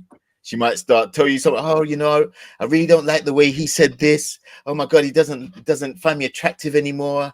And then if conversations start going like that, you're going to be in a tricky situation because you go, no, you are attractive. Trust me, I don't know what he's doing. Listen, come on, man. Why even put yourself there? Why even put yourself there? Why did your mind even go to the fact that she gonna say, I'm not Because attractive? that's what but happens, you know what? man. I'm gonna tell you that you are attractive. And then you're going to be in a situation where when your boy turns up now, you're going to be like, rah, you know what? Should I tell him what his girl was saying about him? Or, Exactly, bro. Why would you Like, not? no, it's You have mad. loyalty to your boy, not to the girl. I don't understand it. And why Yeah. do you think the girl's just gonna suddenly start spilling her guts about your boy unless she's trying to be intentionally messy Well, to try and get you into the situation? Like I said, That's the what do you have in point, common? don't know. You both have him in common. So what else what are you going to talk about? Are you going to actually start trying to So get you to know can't have her? a conversation about anything else apart from your boy being there. Oh, You how's your day can. going? Okay, start talking about your day. What do you do for work? Oh, and you Nah, start I talking wouldn't about be doing life. that, You tell man. me you can't have that conversation. No, I wouldn't be doing that. I wouldn't be doing that because she might feel like I'm trying to get to know her or hit on her or something. Oh, Take it. So, no, I'm not doing that. No, yeah. Bro. All right, go on, Jay and Listen. Jeff. You don't want to jump in because y'all rapping. Listen, for real. Go Listen, on. for real. Listen. For me personally, yeah, reason why I've never been in these type of situations because, personally speaking, yeah, you hear so many stories like this, right? At this point, with all the information that I'm hearing, yeah, whether it be from old friends or be it from family, because of that reason alone, right? I do not want to put myself in any situation where any possibility of that could potentially happen to me. I don't want that. Personally speaking, I don't want it at this point. So because of that reason, Yeah, you I'm missed not the even whole go- day. You're Bro, right. I don't want to. I don't want to fine. take No, I Now, went to work today am and I I didn't sleep well last saying night. I So when I got home, I was tired. to feel you can do that. Go on. Like, yeah, I can do that. I can do that. Right? Yeah, we can talk about life. We can talk about what you're into, your hobbies, all of that. I understand that. I'm just saying, out of just blatant respect for the person that I came with, my boy, like who's like a brother to me. For me, just for respect for him, and because I want to protect myself and also protect what they got going on in their relationship, which I'm not a part of. I do not want to put myself and even tempt fate. I don't want to put myself in a situation where something could happen because it only takes one spark of attraction, and the next thing you know, it could spiral into something that it doesn't need to be. It's not about I'm not insecure. It's none of that. If anything, it's just basically protecting the sanctity of their marriage because I respect what they got going on. That's it. Bro, then like a number of times my mom will be telling me, oh, son, you know so and so they would do. I'm like, oh, really? And then my dad will be like, oh, so and so. And I'm like, you hear stories over the years. That's why I'm not trying to act as if I'm better than now, but like from from primary school or secondary school, sixth form, university, personally speaking, with all the information I've been taking in, I do not want my character to be questioned. Yeah. So I don't, the cheating thing, bro, get out. I can't do it. I can't do it. It's not worth it. No, just no. Jay said he has something to say. Go on, Jay. Well, first of all, have I like cheated you in my lot are life? Yes. If that answers your whole question about the dark arts, yes, I have done. So obviously, in my own life, I've experienced it to know it can happen to anybody, right? But Okay, so there we to go. go for this specific point, so I'll give you two more. I love stories of my life, by the way. I have no qualm just talking about my life. I love it. It's all good. There's two specific situations, right? One situation is me and a particular girl, we was just doing what we was doing. She wanted to, I guess, start dating properly. I said no. So what we was doing continued. Now around a couple of months later, different people were coming to me saying that they saw her with a particular guy. I was like, okay, what's all right then, cool. She ain't said nothing to me, so I didn't bring it up. A couple months later is when she told me, oh, I'm with so and so, right? And I said, okay, I heard, and that was it. Kind of moved on. This girl was still calling me. She was still doing all sorts to still get me to come and see her. So in terms of, and I knew the guy as well, by the way, because you all be like, yeah, I knew the guy directly, but he didn't trust me. And I've had a lot of times where guys have felt threatened with my presence. Guys have felt threatened with me being around. But I'm not out there trying to flirt with the girls or doing anything like that. I just understand how the girls might view me. I just understand, like, in that situation, I don't know how he feels towards me. Maybe he feels, when certain types of men are around, I don't using the term alpha and all that stuff, right? But when certain types of men are around, there's other men who feel inadequate, especially when it comes to the attraction of ladies. And, I've been in many situations where that's been a thing. So I don't want to put myself in those situations where I can have my name talked about, because because she wasn't real with me from the beginning. My name did get talked about at the time, but that wasn't my fault. I didn't know that was what's happening. And the guy will be talking the utmost, and I'll see the guy, but he won't say nothing to me. You'll just be talking to other people. And I said, you know what? If I ever feel there's a time where it becomes too much, I'm going to come up to him. And that's it. Because if you got an issue, come and talk to me face to face. He never did anyway. He never did. But that was it. The second story is one of my boys, he was with a girl. When I first saw this girl, I didn't say anything. There wasn't anything, right? But my boy is the one who made a beeline. And I said, you know what? This girl needs healing. Leave her alone. He didn't listen. He continued and whatever. I didn't speak to this girl, have a proper conversation for about 2 years. Now at this point, they're no longer together. This is, I think, a couple of weeks ago, I told you a story about the first time I spoke with a particular girl. She told me everything that she had been through, but she had been with my boy for off and on for like 8 months. I didn't tell him anything. So I understand what type of man that I am when it comes to how women relate to me. And I happen to be a guy that they can relate to me and talk, and Jason can understand them, but I happen to be a guy that they also are likely to like. So I have to operate differently. I have to have boundaries. And I remember someone came up to us one day and said, oh, you two would suit. And I'm thinking, are you crazy? Like, this girl was with my boy, and I'm also in my own relationship. And you know what her response was? He's already taken. I said, what? Excuse me? That shouldn't even be on your mind. You was with my boy. And I'm with someone that you also know. Like, and that's why for me, again, it's you just don't know how people think or feel. So there was a meme going around, was it last year, the year before, about girls saying, oh, when you meet his group, you realize that you picked the wrong one. And it's like, wow. Yeah, it's like, so that's why for me, based on the video, it's just about respect. I understand my life.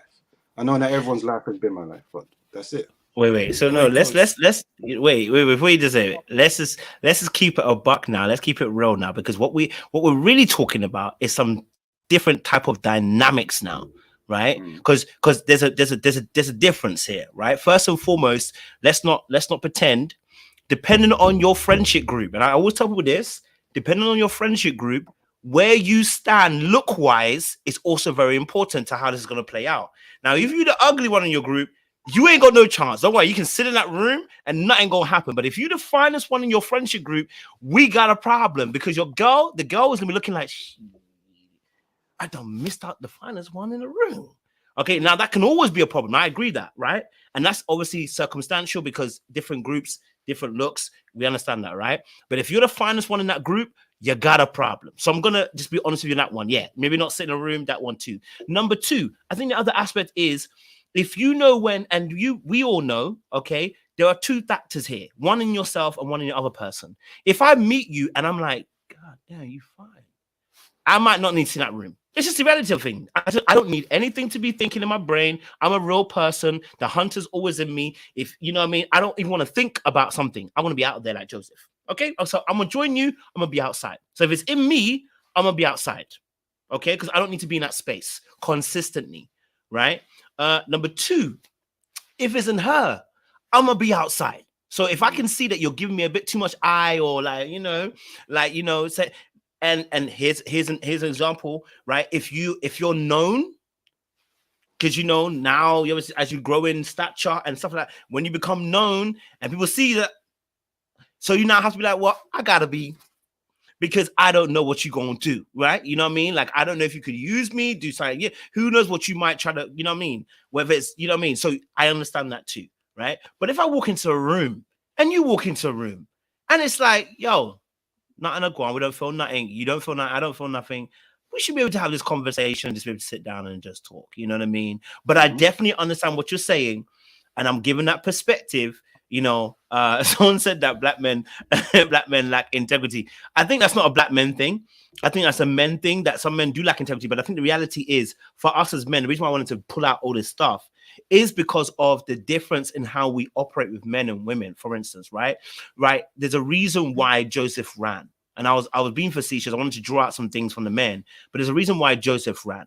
Right. And the reason is because we don't want to give you a chance. We don't want to give ourselves a chance. We want to give you a chance.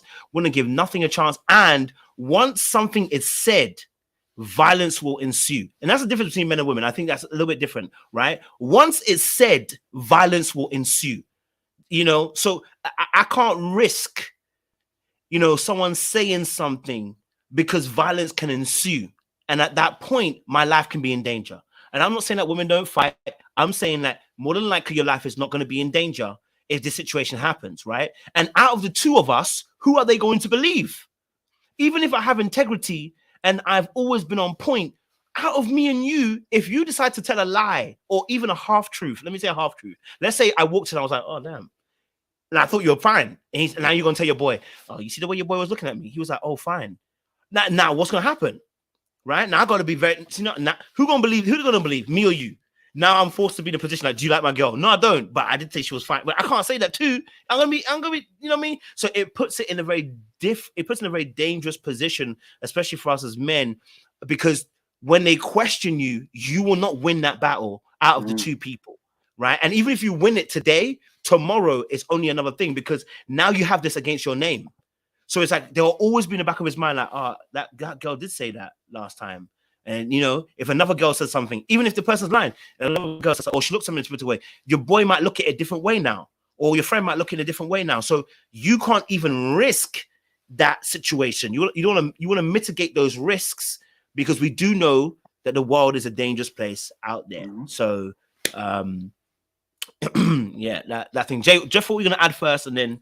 the fact you said you talk about the violence part, you've actually made me think a little bit about this, because I'm not so much in the light that I haven't had a little bit of darkness in me now. I'm even replaying things. Oh, it's coming to you now. You have to darkness. Go on. I'll say that there's a layer of grime in secondary school. I remember one time there was this one girl, that I wasn't sure if she was still going out with a certain guy in a relationship, but I just had to basically be attracted to the girl who just so happened to go out with one of the guys who was one of the toughest guys in school. One of the toughest, like literally, he was so tough that every time my face would hurt when he'd be kicking the football, and So what happened was, I think in music class, I was talking to her. I think we were feeling each other, we were talking, just a conversation and a hug. The day after that, my man, he ends up punching me right in the shoulder, and it flipping hurt. Violence. But that was just from a simple talking to, because apparently they were still together. So in that situation, for that reason alone, because it could go there in terms of violence, I don't I don't put myself in a compromising situation where if I know I don't have self-control over myself, I don't put it. Okay. Well, okay. I'm just saying, I just don't put myself in them type of situations. I love my life. I want to protect my peace. I don't want problems. That's it. I don't want problems. That's all I'm gonna say about that one. I just want to say, listen, I don't want to ever lie like I don't have eyes. Okay, I'm gonna give you a scenario, a quick one, right? Have you ever been, and I'm not gonna say no names, have you ever been in a situation where, and that's why I said it, let's say, for instance, met one sister and then you meet a sister, it'd be discombobulating. You know, I'm saying that you have to catch what I'm saying when I say the sister. Yeah, it'd be discombobulating. You know what I mean? Right? It's not like you're going to do anything, but now you're like, ooh, it does hit you. Listen, and I can understand you're a human being. So that's what I'm saying. If there's an attraction aspect, I don't want anybody as a man per se to stay around, because you have to be very careful, you know, what can happen in both aspects. But, you know, and I'm sure the sisters will agree too. They might say, oh, we ain't never do that wrong. But who do you think we're doing the thing with? Okay. So, but, they do the exact same thing, right? They see a brother and they'll be like, oh, he's so good looking. And then they meet the friends and then, oh, damn. Now, you know what I mean? So let's keep it a buck and let's keep it real. And that's what makes it dangerous, because let's say, for instance, right, it's, whether it's your boy's girl or whether, even if it's let's say it's your girl's sister, right? If you have to spend insurmountable amount of time around the family and be around her. I remember one situation, bro. I didn't do anything, but I remember one situation where I met the first sister. And, the conversation was riveting, just amazing, loved it. And then, you get a little bit naughty, but then I met the other sister and I said, what have I done? I should have waited and seen, but I would have never met her if I didn't meet the first sister, right? You know what I mean? But in your head, how you might think about it, and that's my dark self talking, by the way, it's like, damn. And here's the thing. I don't know about you men. Here's my thing. Jesus is Lord, so he's here. So thank God for him. But if it not be for Jesus, if the friend or the sister offered it, would you say no? That's my question I'm asking. Without Jesus, Jeff, why are you looking at that for? Why is Jeff looking at that? Why are you looking at me like I'm the only one that's dark here, as if I'm the only one that's thought about these thoughts? It seems so, bro. It seems so. I'm the only one that's thought about this. I wouldn't do it. If someone offered it to you, you thought about it. Do it, bro. I didn't say you do it. I didn't say you do it. I said you haven't thought about it. Damn, I didn't say you said you did it. I said you haven't thought about it. I'm just saying you don't thought about it. I'm just saying if your sister was to offer it, I'm just saying you're not gonna think about it. No. All right, cool. I'm gonna sit on this ledge for myself. Because clearly I'm the only one that can admit to themselves that I have a dark mind. But yeah, surely my guys don't have a dark mind. Sister. Okay. Sister. Hey, none of you thought about it. That's clear.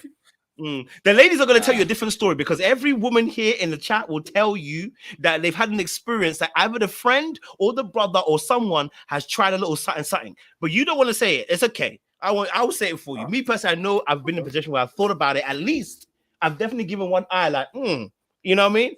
Yeah, I won't lie to you. I won't lie to you. Yeah, I won't lie to you. But obviously, clearly, some of you don't want to tell the truth. You know what I mean? It's something to say Jane Doe in the past. The truth, bro. Huh? Yeah. Like you were saying in the beginning. Now you're telling me you have a dark story. Get out of here. I said, get out of here. Get out of here. I mean, do you know how many women will come and tell you? If I ask all these women in this chat, have you been in a relationship and a man's friend or brother or someone has come to look at you? They'll tell you. Most of them will tell you the same story. They'll say yeah. They'll say yeah. But we're not one of them guys, though. We're not one of them guys. Okay. That's the thing. You're not one of those guys. All of you are role models in this planet. No, wait. The only time that's happened to me is the story I said about my friend's ex who was trying to throw it at me. That's the only time I thought, because she was trying the hardest. But I said, that's not me. But any other time in my life, how I operated is, if I think I want to do it, and back in the day, I would do it. So I exercised discipline in my mind for a very, very long time. That I don't care who you are. I'm switched off. I don't care what you do.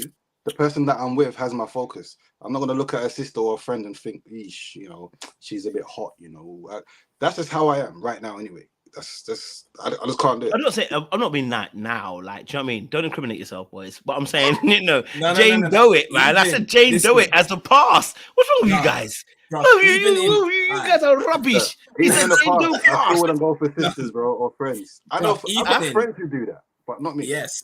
In Even the in, past, I'm previous, saying. in my past, even in previous relationships, I just I just lock it off. Like when it comes Disrespectful, to man. bruv, when it comes to just if I'm with somebody, that person that I'm with, that is the only person I'm thinking about necessarily. I'm not gonna put myself in a compromising situation with other girls. No, bruv, you do realize that news can travel very, very fast. Very, very fast. So why am I going to put myself in a compromising situation, where because I've disrespected my girl, next thing you know, she's talking to other people.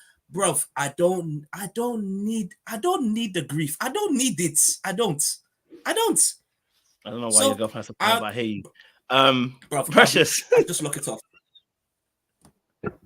I was just gonna say, Koji, I really tried to like corrupt these good men. These good Listen, men. all these boys are perfect, Precious, you know. Hey, No, JR especially, I'm saying JR's that. friendship I'm group, saying that. not one of them have Not ever cheated in their whole saying that. entire life. They've never even looked at a woman. In fact, When Jesus I'm didn't even, when he said when his I'm scripture, it saying wasn't to that. them. To JR's friend, it I'm wasn't to saying JR at all. Stop. The Jesus I'm Christ didn't saying touch that. them. But Precious, saying- talk to me. What are you saying? when You've I'm heard us saying speak. that. What's your thoughts? Yeah, no, I get both sides. I think, you know, it's difficult when you are like, I think a lot of it also is you have to look at your own relationship and think, are you checked in that relationship or are you checked out? That's fair. And I think that's where it allows the room for you to now be looking at other people and thinking, you know, because the reality is, look, we're gonna see other people and we're gonna find them attractive. That's just normal. You know, your boyfriend's gonna see a girl with a big bum and like, yeah, that's great. Or you're gonna see a guy with big muscles and you're like, yeah, that's great. But I think it's about, you have to look at your relationship and think, is there something missing that's making you more susceptible to then being kind of not coerced, but like tempted to go and ruin what you have there, you know? And I think when you're thinking about also, can you trust like your girl, like you should be with somebody that you could trust to be in a room with your friends, you know? Mhm. And I know like we're going back to thinking about that meme when people are like, you know, you meet your man's friends and you realize that you don't have the leader of the pack. But I guess there's also some self-reflection of that, because let's be real, I think men are quite good at being able to accept the reality of their situation, right? Yeah. And I think, for example, in the group, I think most men know who the guy in the group is going to be the one to get the girls. They know, right? But they kind of pivot and think, okay, this is what I'm good at. This is what I can use to draw girls in. So I think when a guy is going out there and getting a girlfriend or whatever, he already knows what his social standard is. So he knows that, okay, if I'm going to bring you to come and meet my friends, I know that, okay, maybe I'm not number one, right? But I know that I'm good in all these other aspects and that should be enough. So I think it's a situation where then that girl has to think about, okay, cool. Yeah, you might be the best looking of the bunch, but have you got all the things that I need you to have in order for you to actually truly be better than the person I'm already with? And I think that should be vice versa, because, you know, yeah, you might be with a girl and she's beautiful, she's amazing, and maybe her friend is just that tiny bit more better looking, but does the girl have everything that you are like, yeah, no, this is what I need though, this is what I want, and I'm good and I'm happy here? Because the grass is always going to feel like it's greener on the other side, and it's not really. It just looks like that because the sun is shining. So you just have to really think about, that's what you have to take into consideration. And, you know, yeah, people fall victim to temptation, and I think as yourself, you should know what your limits are. You should know what your boundaries are. So if you know, okay, cool, I'm a bit wishy-washy with the willpower, okay, let me make sure that I'm not in a compromising situation where anyone can put me in a situation where I may not live up to where I need to be, or you know, or someone could even plant a seed of doubt in my partner's mind about, I think I missed what that said. Someone can even plant a seed of doubt in my partner's mind, and you know that, okay, I don't want to be in any of that situation, so cool, let me just avoid it, you know. And you have to have that discernment to know that that's what you've got to do, if that's, you know, if you know that you struggle with that temptation. Because at the end of the day, cheating is a little bit of a character flaw, isn't it? It's a morality thing. So, you know, yeah, that's what I think. And you know what I would say, I'll be honest with you, I've been a bit facetious. Obviously, I actually agree with the boys, you know, in terms of putting space between yourself and people, right? Because obviously, you know, relationship counseling, you know, people reach out to me, you know what I mean? Like if they're in a relationship or they're married, they might reach out to me and say, hey, I want to talk to you about something, but I might know who they're dating or who they're married to, you know what I'm saying? But I always have to put things in place to make sure that, hey, we don't need no trouble. You understand what I'm saying to you? So go back and and talk to them so that we don't get in any trouble. Do you know what I'm saying? Right. Yeah. You know, as well, like I remember someone said they wanted to study like some psychology thing with me, but I said, before you do it, I need you to go back and ask your partner first if that's cool. Only reason being is because if I'm going to study with you and I'm going to give you some information, I just don't want a situation where this could look bad and someone could be said against you or myself. We might be innocent, but once it's said, listen, I got a dark nature. If they say against me, I'm gonna do it. If you tell me I did it, I'm gonna do it. Why are you accusing me of doing it? I'm gonna do it. You know what I mean? No, I'm playing, but I'm playing. I'm changing my ways. I'm playing, guys. I'm not like that anymore. I'm changed. But no, I don't like being accused of stuff like that. Do you know what I'm saying? So it's like I don't want to be accused. I don't want to ever my name to be spoken of in that particular instance, unless I did it. If I did it, then yeah. But if I didn't do, I don't want it. So I think it is about being smart in terms of how you maneuver and not putting yourself in compromising positions. And I think that's fair. I do think that's fair. So I do understand where the boys are coming from in terms of, you know, coming into a room and the girls there, you know. But you can have a conversation, I think. Yeah, I think you got to be realistic. Look, I get it. Like people make mistakes. It happens, and you know things happen. I think. Look at Ryan Giggs. I think that's probably where. Oh God! Why you have to go mention Ryan Giggs, man? But that man's a cheating bastard. He cheated on his own brother's wife. He's 8 years, bro. I'm 8 years, a whole affair on his wife. Bro, that's a mess. That situation. He had to just do that. I'm sorry, Presh. Go for it. No, it was funny. Look, I get it. Look, mistakes happen, and people, you know, make mistakes and stuff. But I think that's where the integrity comes in. You know, the reality is that if, you know, I think people, it's kind of like going back to when people used to say, you know, men cheat because it's just sex, and women cheat because it's an emotional thing. True. That's not true. That's not true. It's not. Cheating because sex. Because do you know why? Because a lot of the times men will say, yeah, it's just sex. And maybe in their mind they think it's just sex. But a lot of the times when a guy is able to get to that point, it's because they're already checked out.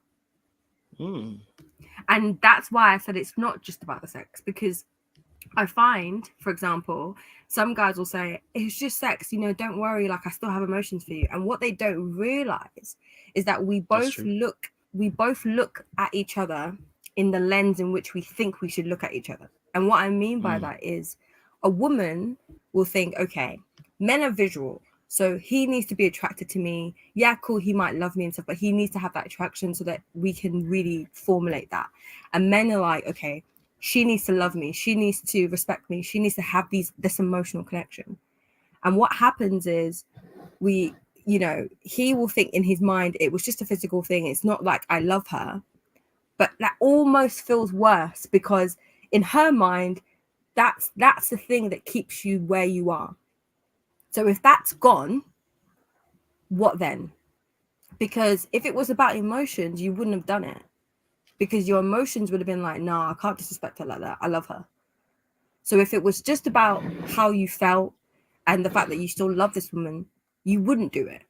And I think that's why sometimes when a man will like, oh, it's just physical, they think it makes it better, but it actually makes it worse. And I think that's why I'm saying that it's not always just about sex. For a man to get to that point of being willing or okay to just cheat, he's already checked out for me. And I think that's why men cheating is based a lot more in emotion than men like to admit. You know, and I could be wrong. I'm not a man, I get it. But that's just from my observations of whenever I've ever talked to my male friends about times that they cheated, or even other people seeing other situations. That's always been the common denominator, is that there was a change and that man is checked out. And once that man's checked out, it's a lot easier for him now to be tempted. You know? That's it. That's it. Let me ask a question to the lads and to the ladies. He is a hypothetical. Did he cheat because he doesn't love his girl enough, or he's checked out, or did he? In fact, no. Change it. Does a man stay faithful because he loves his girl, or does he stay faithful because he loves the Lord? And the Lord can be replicated by he has his own moral code. Is it that he didn't cheat because he loves his girl, or is it because he cheated? He didn't cheat because of the God that he serves, or his own moral code? That's the question I'm asking out here. That's the question I'm asking. I can go. Go for it. So those of you who've listened to me talk for weeks leading up to last year, all right, will know that I've been married before. And there were times where it was horrible, right? There was times where it was just bad. And I could have literally cheated because of emotions, which is what Precious is alluding to. But what Kojo said is, the Lord. And the reason why I didn't even entertain that thought is because of my reverence for God. I said, I do not want to be that type of man. It wasn't even about her. I didn't want to be that type of man. And by that time, I did check out, but I didn't want to be that type of man.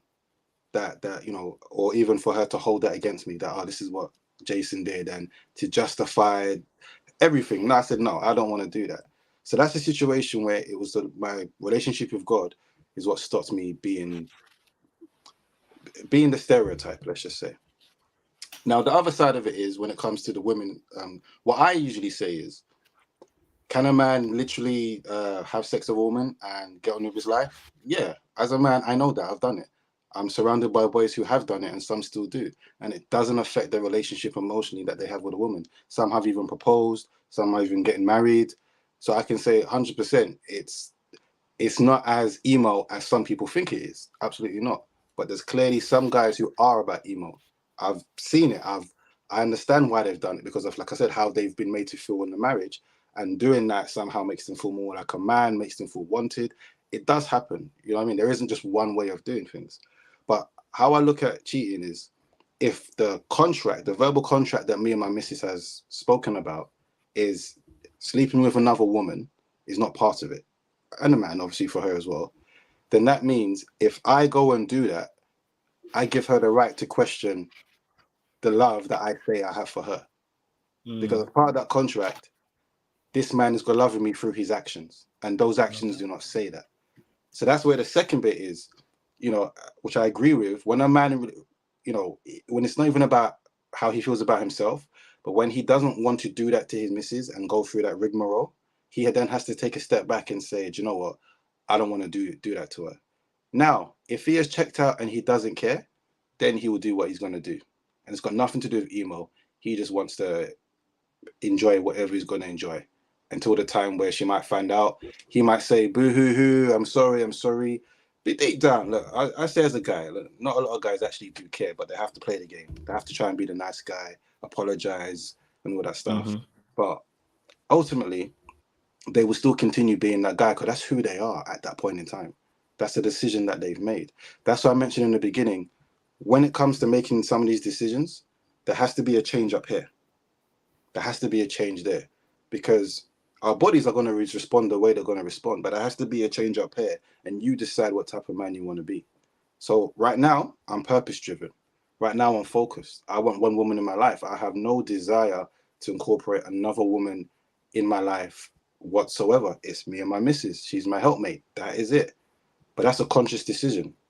That's come from a place of discipline. That's come from a place where I desire only her, and I've picked her as someone that I desire.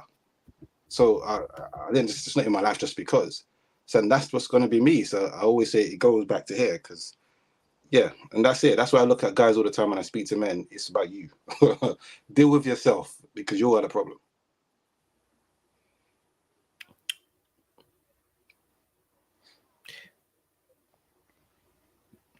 Thank you.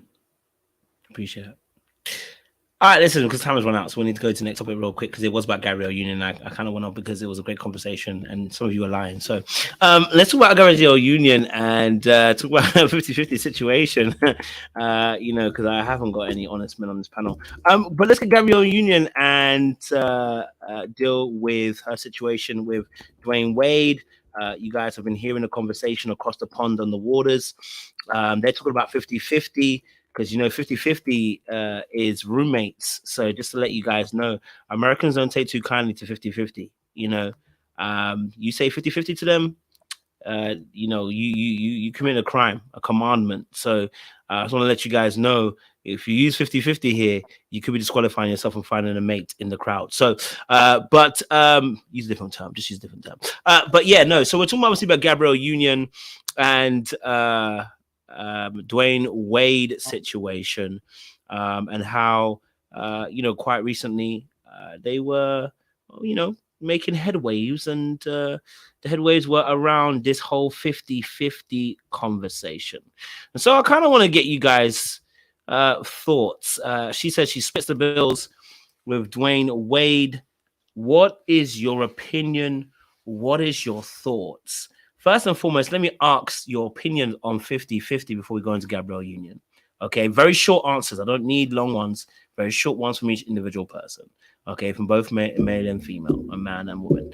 Okay, Precious, what's your thoughts on 50-50? Real quick, what's your thoughts on 50-50?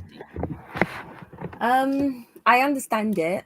I don't know if it's something that personally that I ascribe to, but I also have done it before.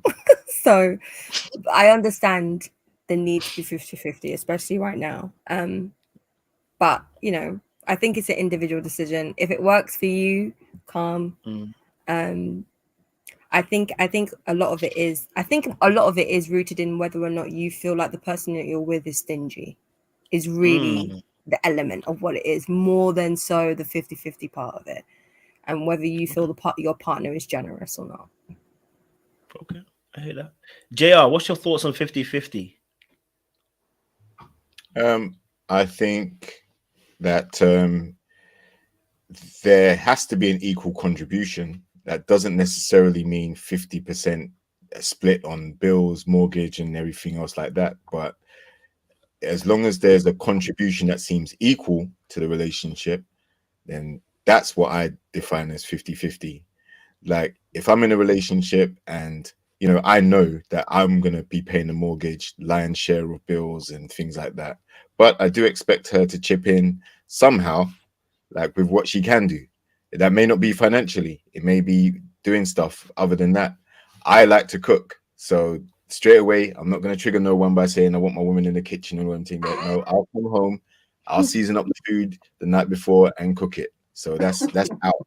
But I'm saying you have to contribute in some way, because I don't want to feel like I'm paying for everything, plus I'm doing everything, and then it's like I'm serving you on a plate everything, and you ain't doing nothing, you know.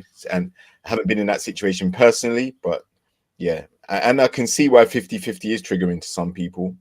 But you know, in the times we live in now, you're gonna have to be flexible depending on who you pick as a partner. So I hear that. So JR's gonna be complaining about the fact that I cook, I clean, and I pay bills. And what the hell you do to this chick? Okay, but Charlene, what's your thoughts on 50-50? Listen, this 50-50 debate is a problem. First of all, I'm very traditional, so 50-50 doesn't work for me. But it's problematic when you try to quantify contribution, because if I'm going to be the mother of your children, how do you quantify legacy? How do you quantify me making another you? How do you quantify that? If we're going to just limit it to money, I just think that it's too simplistic for me. And that's one of the reasons why 50-50 is a huge problem. I love that. I love that. She said, "How can you quantify that?" And she's actually right. I don't think you can quantify it, but I would, get your checkbook out because the bills need to be paid. They're quantifiable. Jay Anderson, talk to me. 50-50. Are you down for it or not? What are you telling me? Because I'm Bill's gonna speak some speaks. I'll tell you that now.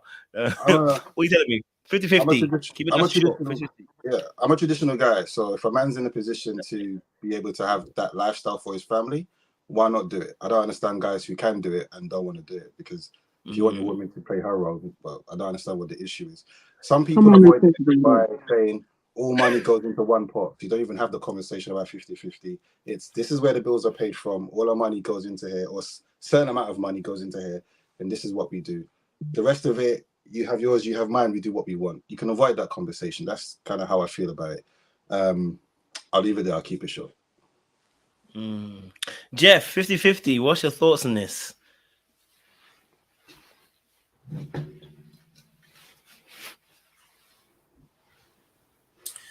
I would say that to each their own. To each their own. I think when it comes to the whole 50-50 conversation, I would like to be more traditional in from the biblical sense. I think, personally speaking, I would only want to be in a relationship where there's, I guess, equal amounts of reciprocity. I'm not saying financially speaking, but it has to be a form of an equitable sort of situation where, at least if I'm contributing towards something, if I'm initiating something, you reciprocate something. So if I'm handling the major bills in the household when it comes to mortgage, cool, no issue with that. I don't have an issue with cooking, don't have an issue with cleaning. I already do that already, so I don't have an issue with that. I think I'm just looking for someone who can also, help out wherever she can. That's it. That's how I just kind of see it. So to each their own. And rightly, like you said, Charlene, if you are in a position where you're quantifying how much somebody does, is that really love? If you have to be in a place where you're thinking, is this person doing, bits and bobs and stuff like that? Now you have to question the amount. Nah, not for me. Thank you. Appreciate it. No, love that. Listen, hey, look, I love this. So let me ask a question now. Change it up now. Okay. All right. I know you guys want to be traditional. All right. But your bank account doesn't say that. So if it doesn't say that, what happens? I'm not saying this, I'm not saying about you guys. I'm saying personally in general. If you want to be traditional, you want to be traditional as all that you want to be.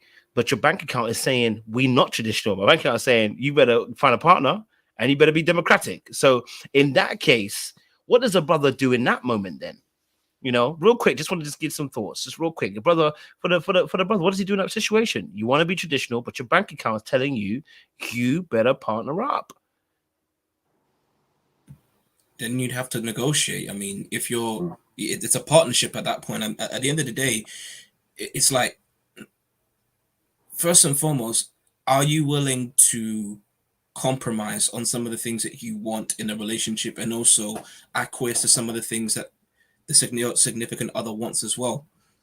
That's the question that I have to ask. If you can't have a traditional mindset, if your bank account ain't screaming it, you can't have this traditional mindset to say, I expect my woman to be at home, I want my woman to be a housewife. That's foolishness. Yeah, your bank account, you can't afford that lifestyle. And especially in the UK right now, we need 2 incomes to make it work. So it'll be a bit foolish, and especially if you're coming from immigrant households. Unfortunately, there's this idea that a woman is expected to be working, cooking, cleaning, do all sorts, and you're not having any form of input into what that's going on. Nah, I can't rock with that. At that point, you're literally at that point you're taking advantage of the person that you're with. At that point, you're literally having your cake and eating it too. You're wanting a privileged lifestyle and expecting to. In that point, in essence, you're actually, especially if you're married, you are, in essence, you're messing around with the vows, because you're not putting in that hard work. Marriage is not just about vows, it's also the work that you put in. You also have to be engaged in the relationship. You can't put this whole burden on one person. You have to try and find ways to make it even and balance. That's what I'll say towards that. Love that. Jay, nice and short. What's your thoughts? Bank account saying not traditional, but you want to be traditional. What are you saying? Well, this is why I say you got to make decisions based on your bank account, because if you have to do some level of 50-50, Have that conversation. Be with someone who understands that, and make sure what she's saying is the truth. Some ladies will say it's okay when they get married, when they get with a person, it's not okay. But I also want to say, when it comes to men, is it ever truly going to be 50-50 throughout the time that you're married? Because when she gets pregnant and has to take time off, you know, money goes down depending on what she's doing. She may even want to stay at home for a while. A lot of women nowadays are saying, I don't want to go back to work straight away. I want to have the option to stay with the kids 2, 3, 4 years old, and then decide what to do. I might not go back to work. I may start a business, do something on the side. So as a man, you can't even have this 50-50 mindset as a default. You have to have the discussion if that's your circumstance now, but you have to play the long game. You have to understand, where are we going? What is our vision? What is the purpose? Because I think every man would want to say to their babes, listen, baby, you don't have to do that, you know. Don't worry about the stress. Let me take on the stress. And that's it. That's what every woman wants anyway. We already have this 50-50 conversation because of the economy that we're in. But genuine women take feminism out the way, that can go in today's feminism, that can go in the trash. Like, would generally say, I want my man to lead. I want my man to provide. And I am also realistic about what that means. And that's my happy place. And I will treat him like a king. Love that. JR, traditional mindset, but the bank account is not traditional. What are we telling me? Well, you're gonna have to discuss that with your partner, like Jay King said. If she's not receptive, or she's not going to waver on that, then, you know, you have to question whether that's the right partner to be with, because every relationship's going to have tough times, turbulence. You know, if you change jobs, if you lose your job, you know, it's through thick and through thin, right? So if she's more of the type that's going to bounce as soon as the money starts to get low, then probably not the right one for you. And also, like was previously mentioned, if your missus gets pregnant and she wants to, you know, she's going to have maternity leave anyway, right? She's going to get paid and all of that. But if she decides to take some time out to raise the children for the first few years, then you are going to be providing. And if your bank balance doesn't allow for that, then, man, you're going to have to come up with some constructive ways to work harder, but still find the time to devote to your family, raising them, right? You're still going to have to spend time with your missus and help her. And when she needs to sleep, you're going to be up late nights and all the other stuff like that. And, you know, what's the alternative? The alternative is, you know, you can't afford to maintain the relationship. You can't afford to keep your woman. And if children come, you're not going to be able to afford to do that either. Childcare is very expensive. So, you know, and the alternative is, if she does go back to work early, you're going to have to find a babysitter or childcare, and that's expensive as well.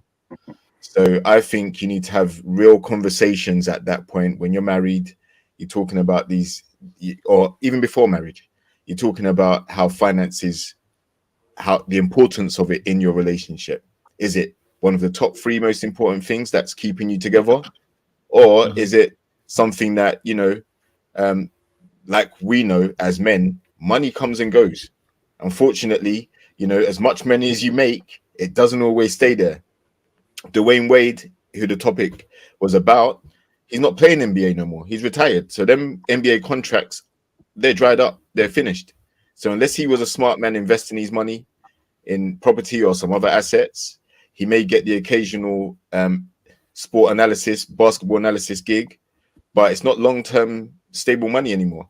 You know, those Nike deals and Nike contracts, they're dried up.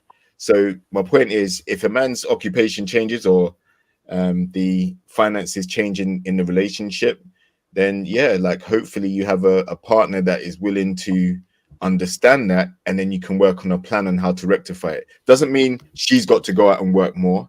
There may be other things you can do to maybe take on another source of income, or learn or study, upskill to try and get something more lucrative for you. Okay. So since you opened up the spellway, let's talk about it then. So Gabrielle Union, Dwayne Wade, what are your opinions on Gabrielle Union, Dwayne Wade? Let me get the ladies in first because they haven't had to speak. Charlene, Gabrielle, Dwayne Wade, how did you interpret the situation? What did you see? What is your perspective? Well, from my understanding, they decided to have a 50-50 based upon Dwayne was being very alpha in his leadership, first of all. that wasn't working for Gabrielle. And so they decided to be 50-50 on that basis. Now, here's the thing. When I first read the article, I felt sad because she spoke about the anxiety and the responsibility of being a provider. And she spoke about it cutting into rest.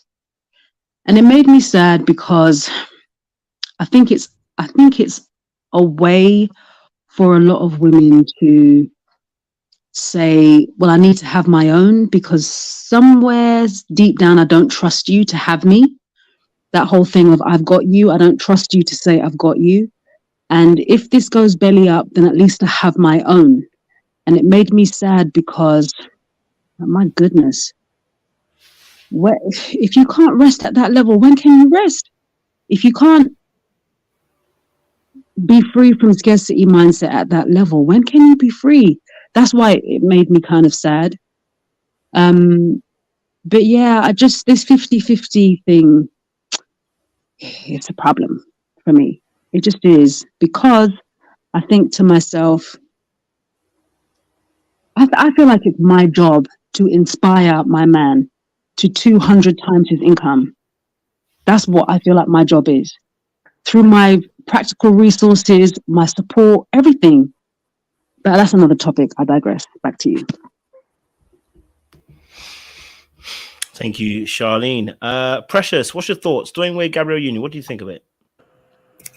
I do agree with Charlene on a bit of like, yeah, to think that somebody who's earning that much money a year and has such a, you know, vast network is thinking, you know, I still have to try and provide in a way or try and protect myself in a way. But I also, on the other hand, do understand the mindset of wanting something of your own or something that provides security, because the reality of the situation is you just never know. And you don't go into a marriage or anything thinking that. You go in thinking that this is something that you're going to work at. You're going to put all your effort in. You're going to figure it out, go through the peaks and the valleys and have that unconditional motivation to keep trying to make it a better relationship and keep working on it, empowering through all the ups and downs of life. But, you know, there are times when things do go haywire and they do go awry. I think as Charlene was saying, with the idea that he started off as alpha and he started off as a traditional male, and that didn't sit within Gabrielle's spirit. So it's making me think that maybe it wasn't even necessarily that she felt unsafe with that traditional role and that aspect of when he's the leader and he's, you know, in charge. And maybe that's because maybe she doesn't trust his leadership. Maybe that's what it is. Maybe she doesn't fully trust his leadership or fully trust that she will be protected by him and so forth. And maybe that's because of the fact that he was previously married and previously had kids, and maybe that's what's there. But I think, you know, in a marriage, I think for me anyway, I do believe in that traditional aspect of things. I do also think a woman should be able to work and have money that she can survive on her own if anything happens, because it's also that you have to remember that anything could happen to the man's job, right? He could lose it tomorrow. And while, yes, he's looking for the job and he's trying to figure it out, something has to happen, because the bills doesn't stop just because he's trying to look for another job. The bills don't stop coming. So somebody has to now cover that other person. When somebody is struggling, you have to step up and cover. So I think women should have that mindset of being able to think, if something does happen and I do have to cover my husband for this moment in time, I need to be able to do that. I need to be able to cover us. I need to be able to cover the kids. I need to be able to cover all of these things. And I think that's what I would say for me personally. That's my personal mindset. I'm fine with 50. I'm fine with the traditional aspect. I think that's probably what I more lean to naturally. But I'm also with the mindset of life happens, things happen, and if you're going to be a proper partner in this relationship, you need to be prepared to step up if something happens, and you need to figure out how you're going to help. And it might be, okay, you might have to be 50-50 for a bit, and then it resets itself. But that's the dynamics of life. That's the ebbs and flow of life. And that's how life is always in a state of flux. We have to adapt to it. You know, and it's that idea of, it is for better, for worse. Obviously, we're not saying accept, there's things that we shouldn't accept, but I think if you can work on it, if you can work through it, if you can really push through, then you should. And yeah, that's what I think. Thank you, Precious. JR, what's your thoughts? So I took from what Gabrielle Union said that the scarcity mindset is external to her relationship, her marriage with Dwayne Wade. I think you know, she's made a career for herself, and he's got a career, obviously, and even if he did try to take the traditional you know, provider role, I think the struggle that she is talking about, from my perspective, is the fact that she's scared to lose what she's built. Like, scared, you know, she's kind of you know, she's expressing concern about how she's taking care of other things, other people outside of the marriage. It's probably a common thing, you know, but he's not out of work. He's not broke by any stretch of the imagination. So it's not a Dwayne Wade issue, so to speak. She not once mentioned that it's something that he's, you know, he's culpable of. So I think the way to address it is to, you know, speak to him and see if he can lighten the load in that regard, so she doesn't have that burden, that stress. But you know, at the end of the day, their marriage seems to be flourishing at the end of the day still. You know, we haven't heard anything salacious from what she said, particularly about him. So I think it's just something that she came into the marriage with and she's struggling to let go of. Love the insight there. Thank you. Jay, what's your thoughts? Which one, bro? Jeff or me? Gabrielle Union, Dwayne Wade situation. Me, yeah.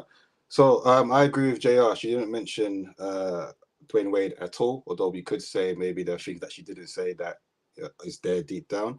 However, I'm just going to take what she said at face value, and it's just based on the external pressures that even they both have. They both have to look after people outside, as what happens when you make a lot of money. We don't know what those finances look like in terms of how much they're spending. I know sometimes celebrities get into an issue because of how much money they are using to support their families. It just comes with the territory. For example, I have a child of my ex-wife, right? So I give a certain amount of money that I've never felt to pay every single month. For me, that's a deficit every single month, but I know it's going to a good cause. So there's nothing for me to complain about. I enjoy supporting my child. But we and my missus have had a conversation about, well, that's money that's obviously missing. So for me, I always think, how am I going to replace it? What do I need to earn, etc., to make sure that doesn't become a problem? Because it is something a woman has to think about if she's going to be with a man who has kids, who has responsibilities. You know, it's just, okay, where is the money going? So you can easily look at it as she's thinking from a responsibility point of view. They've got so much they have to pay out. Maybe it's better if we both do what we need to do to make sure we have excess for us in case anything goes wrong. That could be an avenue. The second point is, like JR said, this is something that she's had way before she even met Dwayne Wade like that. You know, she's been quoted as saying one of the reasons why she cheated on her ex-husband was because she was a breadwinner, and there was a certain power that she felt that came with that. You know, and I guess from what she's been through in her life, there's a certain level of masculine energy that's there, which reminds me of many women who have just had to rely on themselves. They couldn't rely on their fathers, their, you know, different men. They've had to go out and do what needs to get done. So she just reminds me of that type of woman where you can see there's something there that she needs to deal with, and she's brought that into the marriage. If Charlene said, well, they've likely had a conversation and said, you know what, that doesn't make me feel comfortable. I need to be able to do certain things as well. That's all down to control. That's it. They need to feel safe. I talked about that in the beginning when I broke down the psychological aspects that we have when it comes to relationships and dealing with ourselves in conflict or others. It's just the need to feel control and need to feel comfortable. Although it doesn't actually make you feel comfortable, it actually makes it worse because you won't be able to get off that ride. So to me, she needs to sit down and figure out where it's coming from and just deal with it, because it's a lot of stress on her head that she doesn't need. Love the thoughts. Jeff, you get the final say. Talk to me. Gabrielle Union, Dwayne Wade situation. How you feel? I'll just simply say that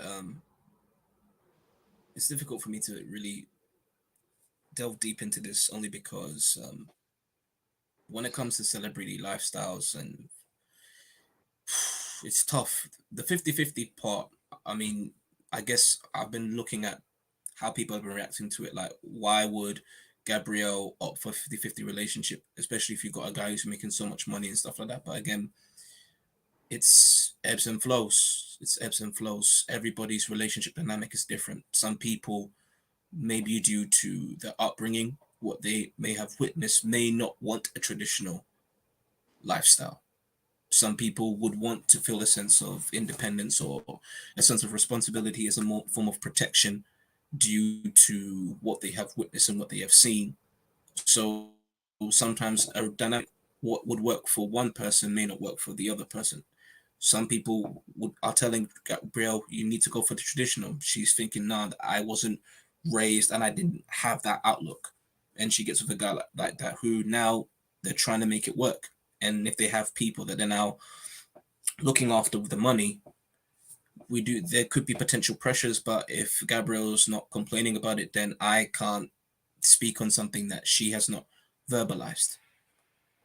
That's all I can simply say. I'll say that relationships, whether it's a traditional or whether it's 50-50, it's ebbs and flows. Sometimes some people would have to take the reins. Sometimes it just depends on the season that you're in and how much you're willing to tolerate and how much you're willing to actually work with the person and agree with that. So until you're able to get to an equilibrium that both partners have established a level of peace. All I could just wish for is that for both of them, that they find peace whatever choice and decision they make. That's it.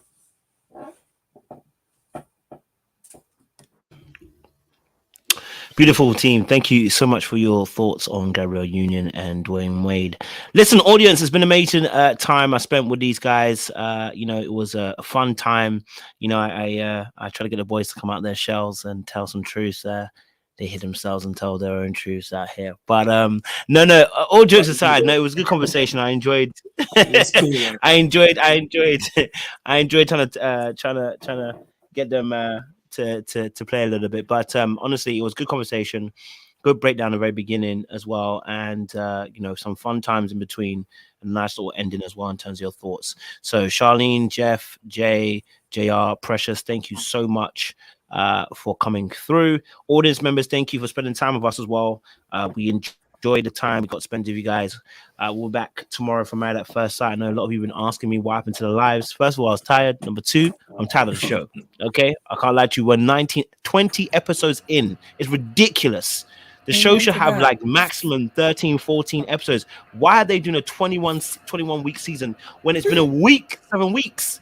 It makes no sense. I got bored. I got tired. I said, there's nothing more I can add to your lives, guys, by doing any more lives. Because the reality is, this show should have ended like 7 weeks ago. Okay? You rarely have shows with 21 weeks worth of footage. And for 7 weeks, it's barring. Nothing's happening. So we're back this week because it's before decision day. And the next week will be decision day. So we appreciate a lot. So listen, stay locked, stay loaded. We'll see you again tomorrow night for another enthralling conversation. Much love and much appreciation. See you very, very soon.